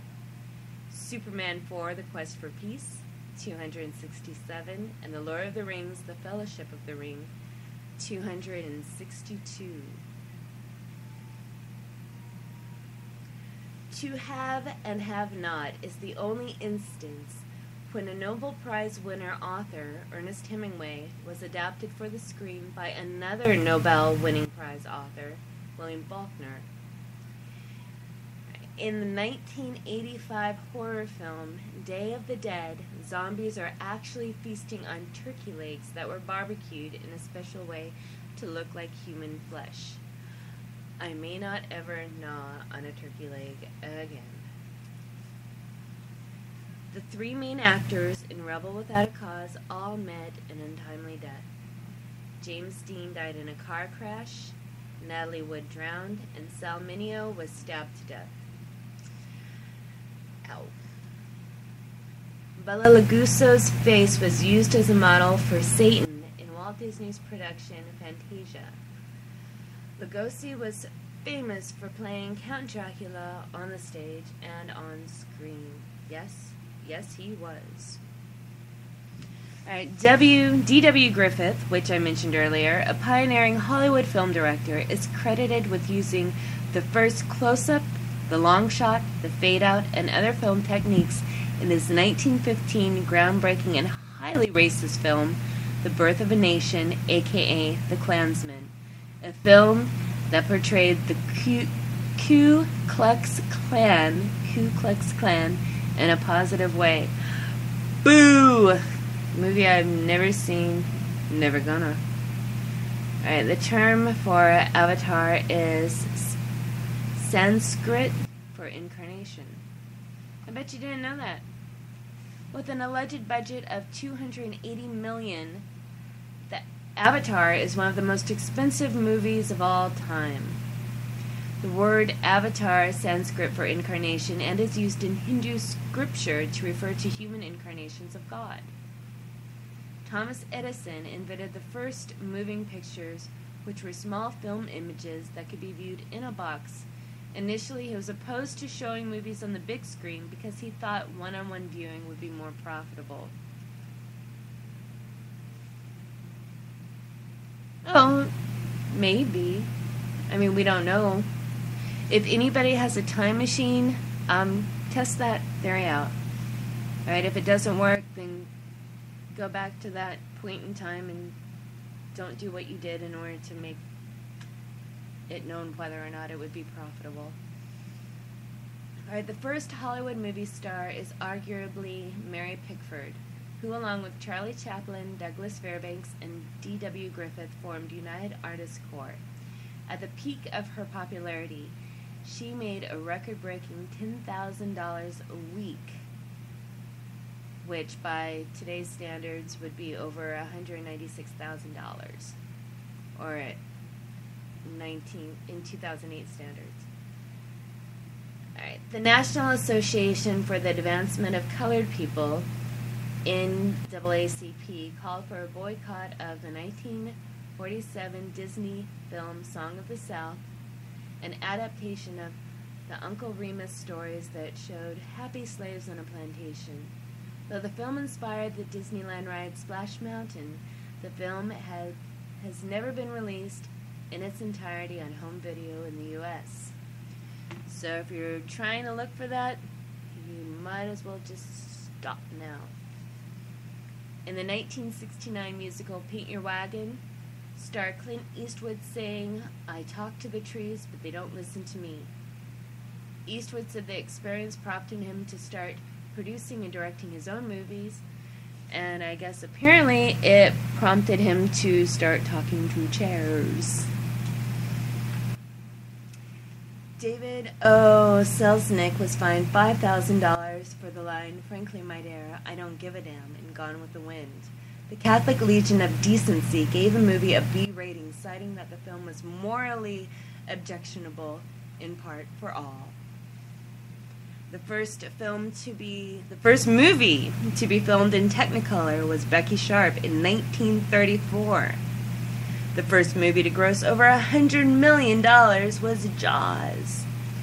And the shortest performance to win an Oscar for Best Supporting Actor was Anthony Quinn's 8-minute tour de force as Gauguin in Lust for Life. The shortest performance to win an Oscar for Best Supporting Actress was Beatrice Straight's 5 minutes and 40 seconds performance in the 1976 film Network.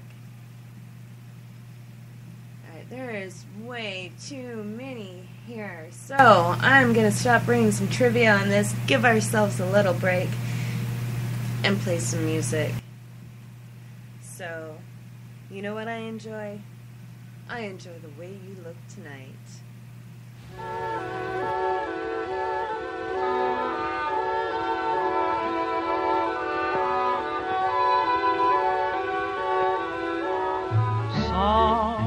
Someday, when I'm awfully low, when the world is cold, I will feel a glow just thinking of you and the way you look tonight.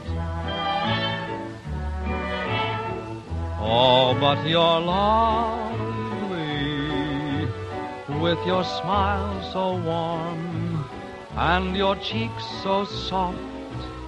There is nothing for me but to love you just the way you look tonight.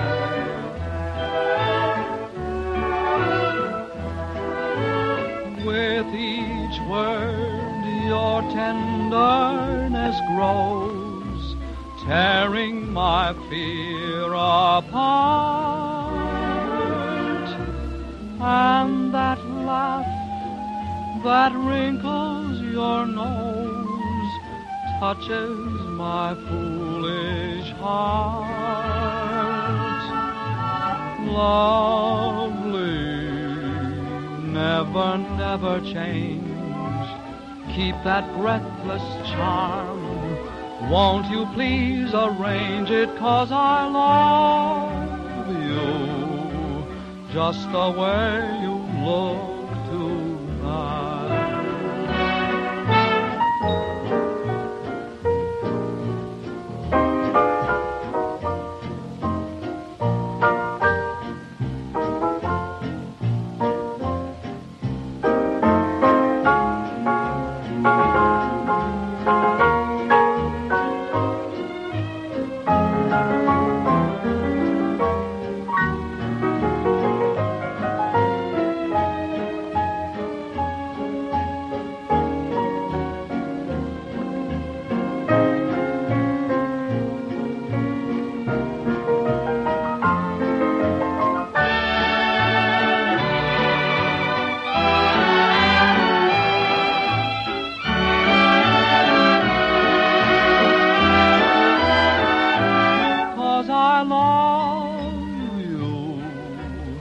just the way you look tonight.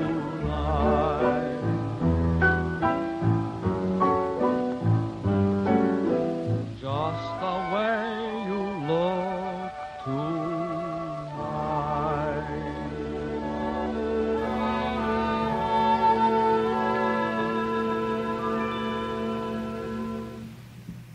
I just remembered that I forgot to ask you a question.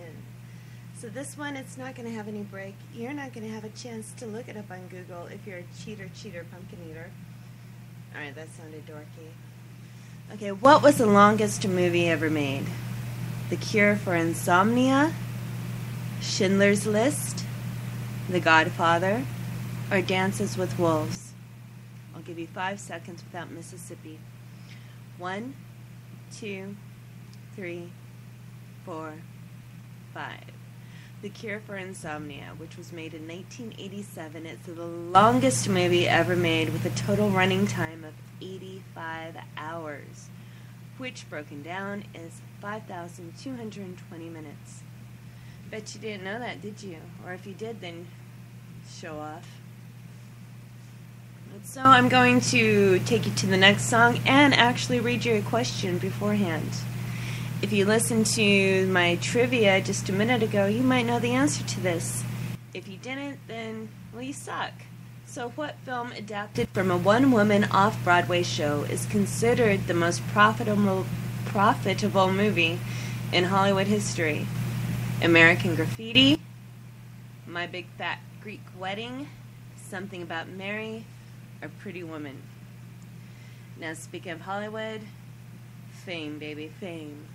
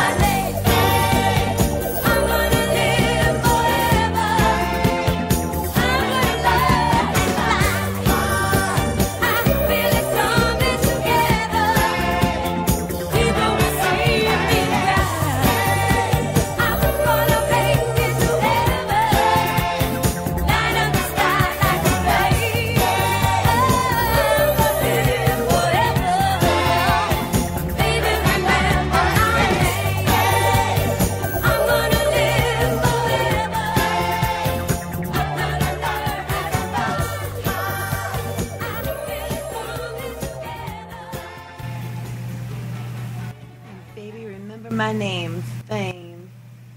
Yeah, don't forget my name. What's my name? Oh, no fame for me. I used to want fame. Well, not fame. I wanted a pen name fame. I wanted my pen name to be famous. I wanted to be a famous author of the best-selling book in the whole wide world, which didn't happen, but so here I am today, doing a live broadcast radio show for a very small audience, but I love you guys individually and intimately, so that's all that matters, right?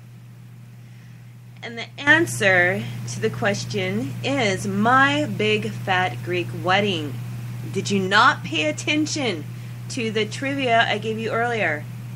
For those of you who didn't get it, My Big Fat Greek Wedding had a budget, inflation adjusted, of only $6 million and revenues of $369 million for a whopping 6,150% return on investment. So, how do you like that? All right, here's the next of trivia. I'm going to do real names, move on to the next question song. We're going to wrap this up in just a little bit. Things that I find interesting. Real names. Alan Alda is really Alfonso DeBruzzo. Jennifer Aniston is really Jennifer Anastasakis. Antonio Banderas. Aw, man, because I love his name. Oh, well, it's still pretty much his name. Jose Antonio Dominguez Bandera. Jacqueline Bisset is Winifred Jacqueline Fraser Bisset. Dirk Bogarde is Derek Jules Gaspard Ulrich Nivon Vandin Bogarde. Look it up. I can't pronounce it. Yul Brynner is really Taj Khan. I can't pronounce any of these. And this is coming from a woman whose last name is Masuoka. So that's pretty sad, huh? Daniel DeVito is Daniel Micheli. Goldie Hawn is Goldie Jean Studelgahan. Ben Kingsley is Krishna Banji. Meg Ryan is Margaret Mary Emily Ann Hyra. Susan Sarandon is Susan Abigail Tomalin. Jane Seymour, Joyce Penelope Wilhelmina Frankenberg. Charlie Sheen is Carlos Irwin Estevez. Irwin. Sorry if anybody's name is Irwin. Sorry, it's a cool name. Kevin Spacey is Kevin Fowler. And Bruce Willis, his real name is Walter Bruce Willison. Hey, Walt. How's it going, Walt? Die Hard, starring Walter Willison. Yeah, it doesn't sound as good. Now for the celebrity IQs. Mine is still higher than most of these, so ha. Jodie Foster and Nicole Kidman are at a low 132 on my scale. Steve Martin and Arnold Schwarzenegger are only 135. Gina Davis and Madonna are 140. Jean Mansfield is 149. Sharon Stone 154. Sylvester Stallone and Quentin Tarantino are 160. Courtney Love 160 and James Woods 180. I'd like to see the IQ test that they were given. I don't believe it. No, I don't think so. For those of you who care, Hollywood vegetarians are Rosanna Arquette, Alec Baldwin, Bridget Bardot, Kim Basinger, Julie Christie, Doris Day, Michael J. Fox, Richard Gere, Josh Hartnett, Dustin Hoffman, and Madonna. Vegans are Gillian Anderson, Pamela Anderson, Drew Barrymore, Daryl Hannah, Woody Harrelson, Gwyneth Paltrow, and Joaquin Phoenix.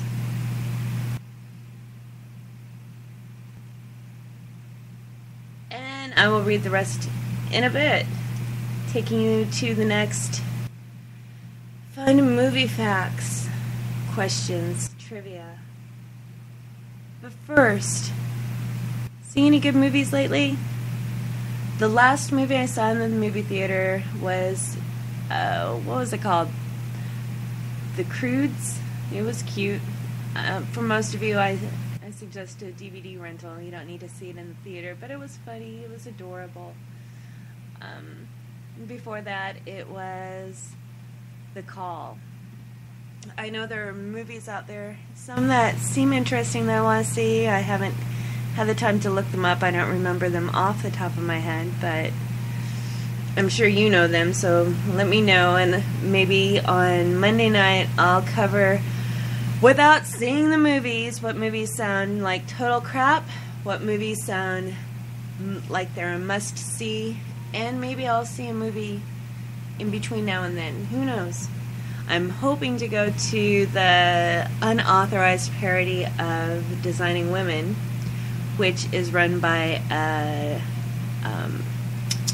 drag queen cast. I know there's a better term for that, but let's move on to the fun movie facts. How much was Judy Garland paid for The Wizard of Oz? Was she paid $10 a day, $35 a week, $100 a day, or $240 a week? You think about that while I have the time of my life. Now I had the time of my life. No, I never felt like this before. Yes, I swear it's a truth, and I owe it all to you. 'Cause I had the time of my life, and I owe it all to you.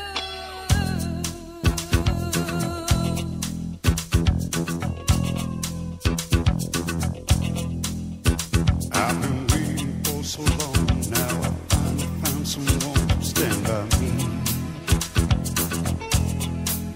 We saw the writing on the wall as we felt this magical fantasy. Now with passion in our eyes, there's no way we could disguise it secretly.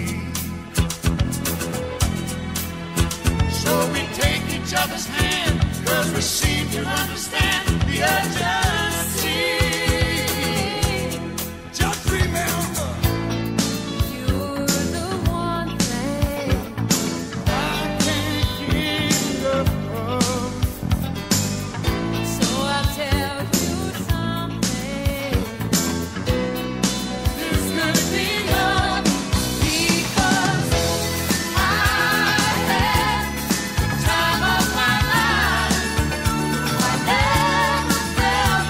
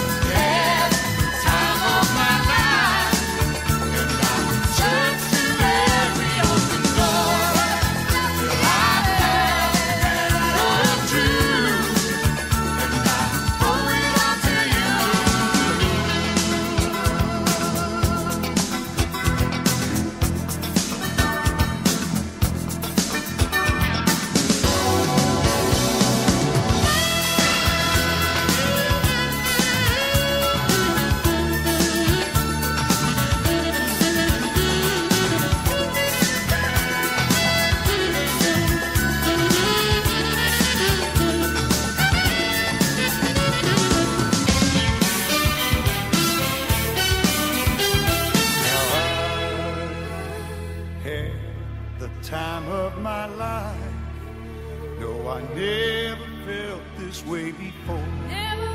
Yes, I swear it's a truth, and I owe it all to you. I had the time of my life. I never felt this way before. Yes, I swear it's a truth, and I owe it all to you. 'Cause I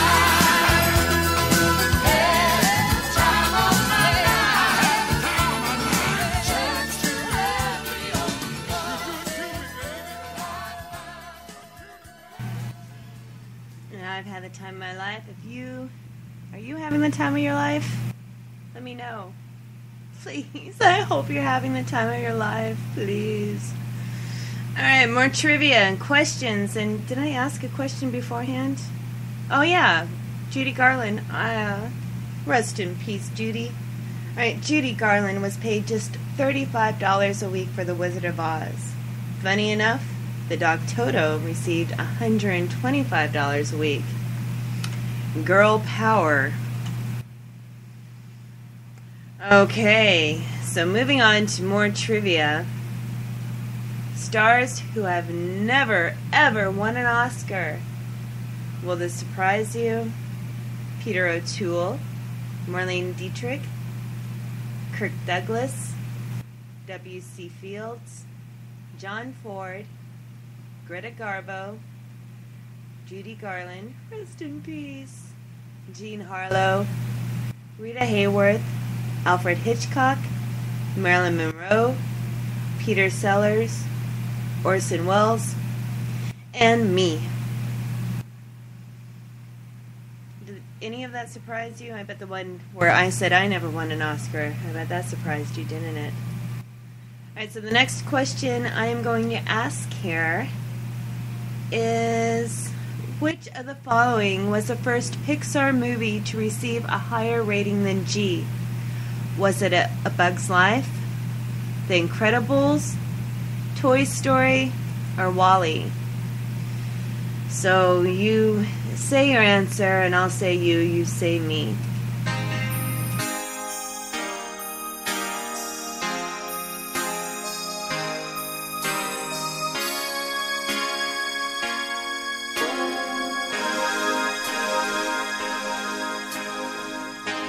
Say you, say me, say it for always. That's the way it should be. Say you, say me, say it together, naturally. I had a dream, I had an awesome dream. People in the park, playing games in the dark. And what they played was a masquerade. From behind the walls of doubt, a voice was crying out.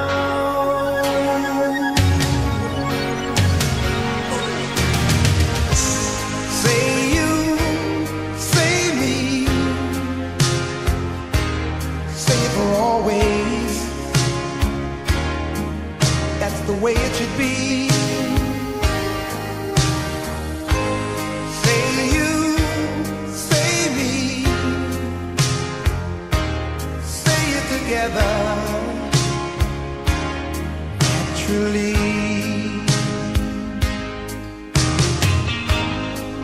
As we go down life's lonesome highway, seems the hardest thing to do to find a friend or two. That helping hand, someone who understands. When you feel you lost your way, you've got someone there to say, I'll show you. Say you, say me,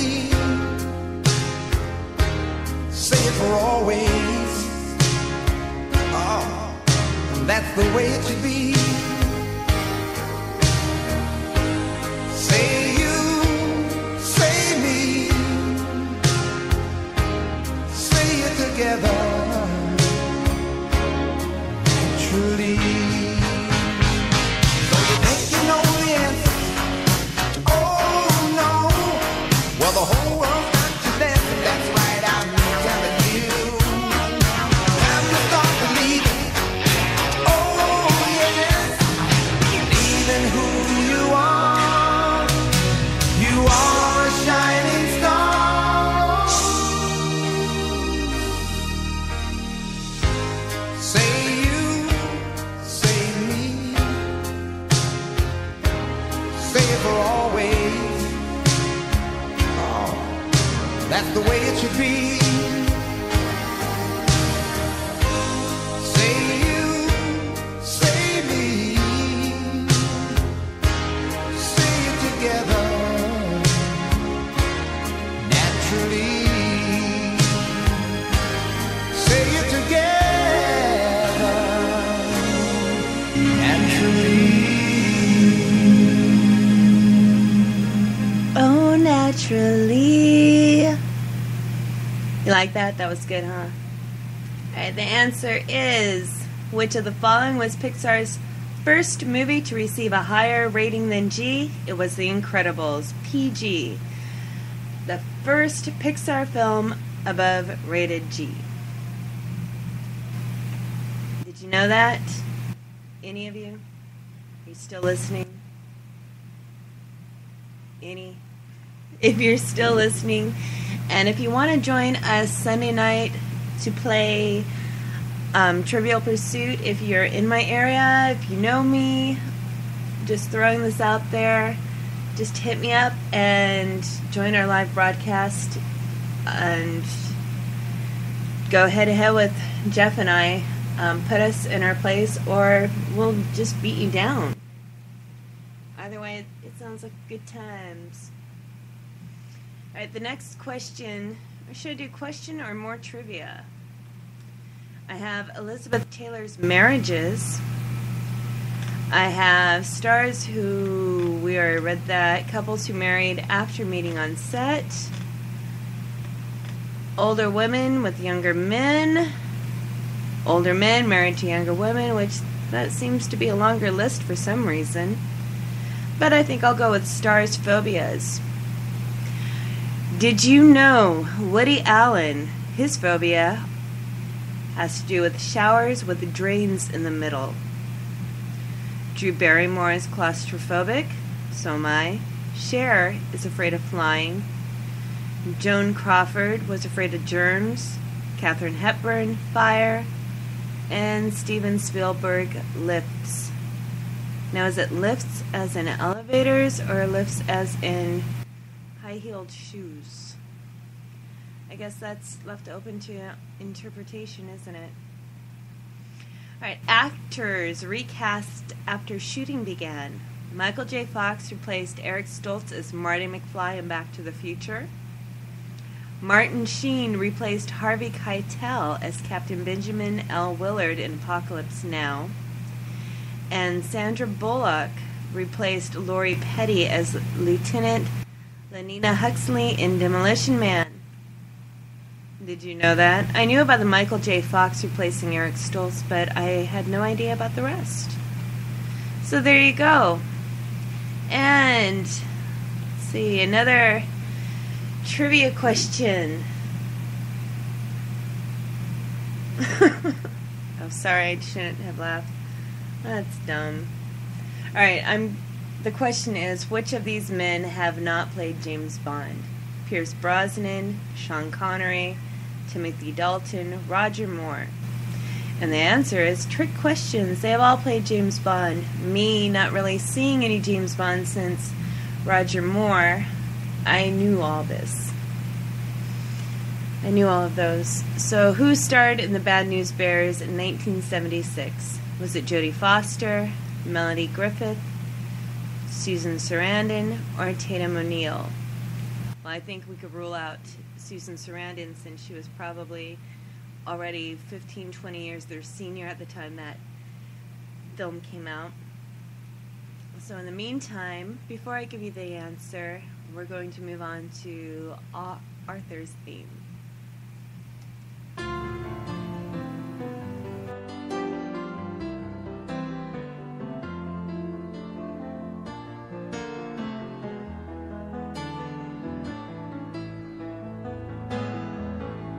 Once in your life, you find her, someone who turns your heart around and makes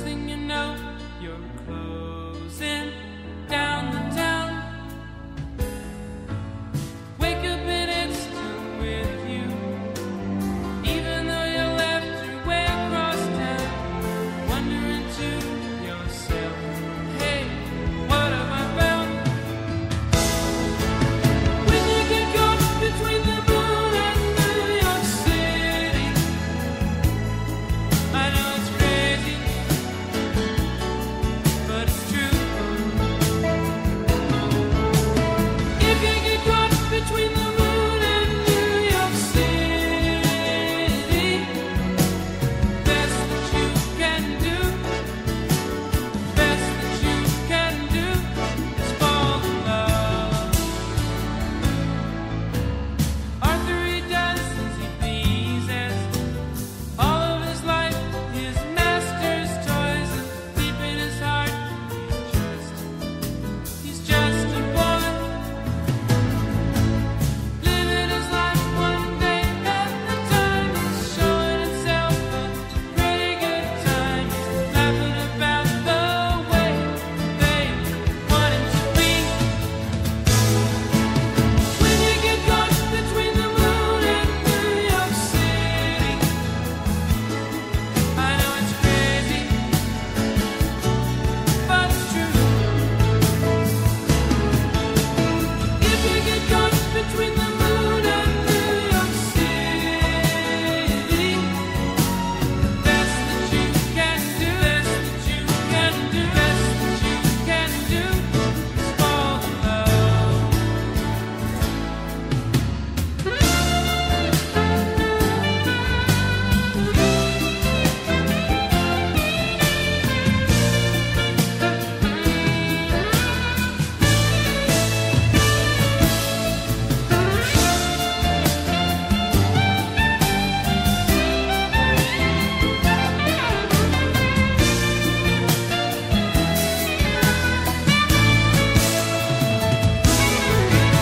When you get caught between the moon and New York City, I know it's crazy, but it's true. If you get caught between the moon and New York City, best that you can do, best that you can do, best that you can do is fall in love. When you get caught between the moon and New York City, I know it's crazy, but it's true. If you get caught between the moon and New York City, best that you can do, best that you can do, best that you can do is fall in love. When you get caught between the moon and New York City. Or maybe the best you can do is hope you're wearing an oxygen mask. Mood in New York City, that seems to be can't breathe. All right, so the question was, who starred in the Bad News Bears in 1976? The answer, the film starred Walter Matthau and Tatum O'Neal. It was followed up by 2 sequels and a remake. Did you know that? Did you really know that? Okay, so we're winding down, of course. It is Friday night, 11:21 here my time. And before I play the next song, which is one of the last songs, almost over with, join me Sunday night for a live game, or come play with me for a live game. And then Monday night, I'll be showcasing some Clitheroe Kid.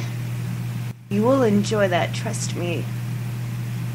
Trust me, I know what I'm talking about. Have I ever steered you wrong? Really. Just don't ask that if I ever gave you a makeover in the 80s. It wasn't my fault, it was the trend. Alright, so what was the original title of the horror classic Halloween? Was it Halloween Horrors, Michael Myers' Revenge, Slasher, or The Babysitter Murderers? So on the horror theme, we're going to ride on to this song called Cheek to Cheek. Heaven, I'm in heaven, and my heart beats so that I can hardly speak. I seem to find the happiness I see when we're out together dancing cheek to cheek. Heaven, I'm in heaven, and the cares that hung around me through the week seem to vanish like a gambler's lucky streak when we're out together dancing cheek to cheek. Oh, I love to climb a mountain and to reach the highest peak, but it doesn't thrill me half as much as dancing cheek to cheek. Oh, I love to go out fishing in a river or a creek, but I don't enjoy it half as much as dancing cheek to cheek.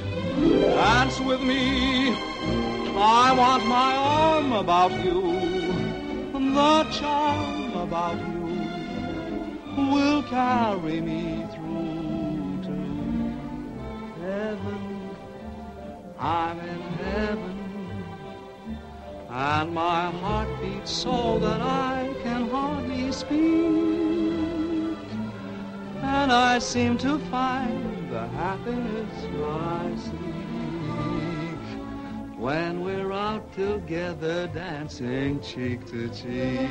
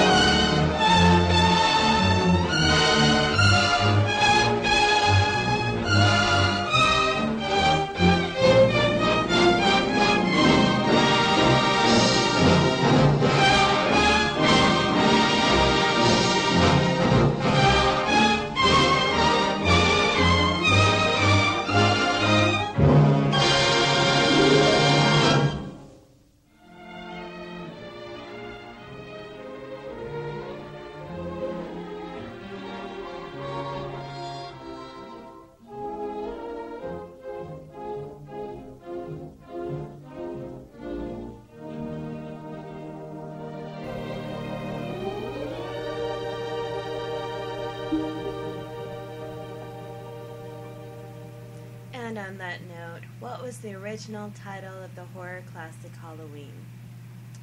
The Babysitter Murders. And that one's correct. All right, we're winding it down. And thank you for joining me As always, I'm topless, meaning I'm not wearing a hat. And I just want to throw that in because I guess nudity seems to draw in listeners, or actually it would be viewers. So if it was on YouTube, you would have known immediately that I meant hat, shirt, or top. I'm not one of those people. I don't need that kind of attention. All right, so what one city must a movie play in to be eligible for an Oscar? Is it Chicago, Los Angeles, Miami, or New York? 1, 2, 3, 4, 5. And the answer is Los Angeles. One more question, and we're wrapping this up. What was the first Arnold Schwarzenegger movie, to win 4 Academy Awards? Was it Terminator, Terminator 2, Total Recall, or True Lies? I have to work on my Arnold impersonation because I'm here to bump you up. All right, 1, 2, 3, 4, 5. Terminator 2 is correct. Did you know Terminator 2 won 4 Academy Awards, and I have won none? Granted, I have never acted in a movie, written in a movie, edited. Did I say directed? Yeah, I said directed. Never written a screenplay, had nothing to do with the musical score, makeup, costume design, special effects, or anything like that. But I still think I should have won an Oscar by now. I'm just saying. I should have. Alright, so this has been my Hollywood night. You listened to My Favorite Wife, My Favorite Husband. I had to do a yin and yang thing going there for old-time radio shows. Hopefully it got you kind of loving or liking or interested in the old-time radio styles. There's just something to it. Just sitting back, closing your eyes, and just letting the visuals form in your mind.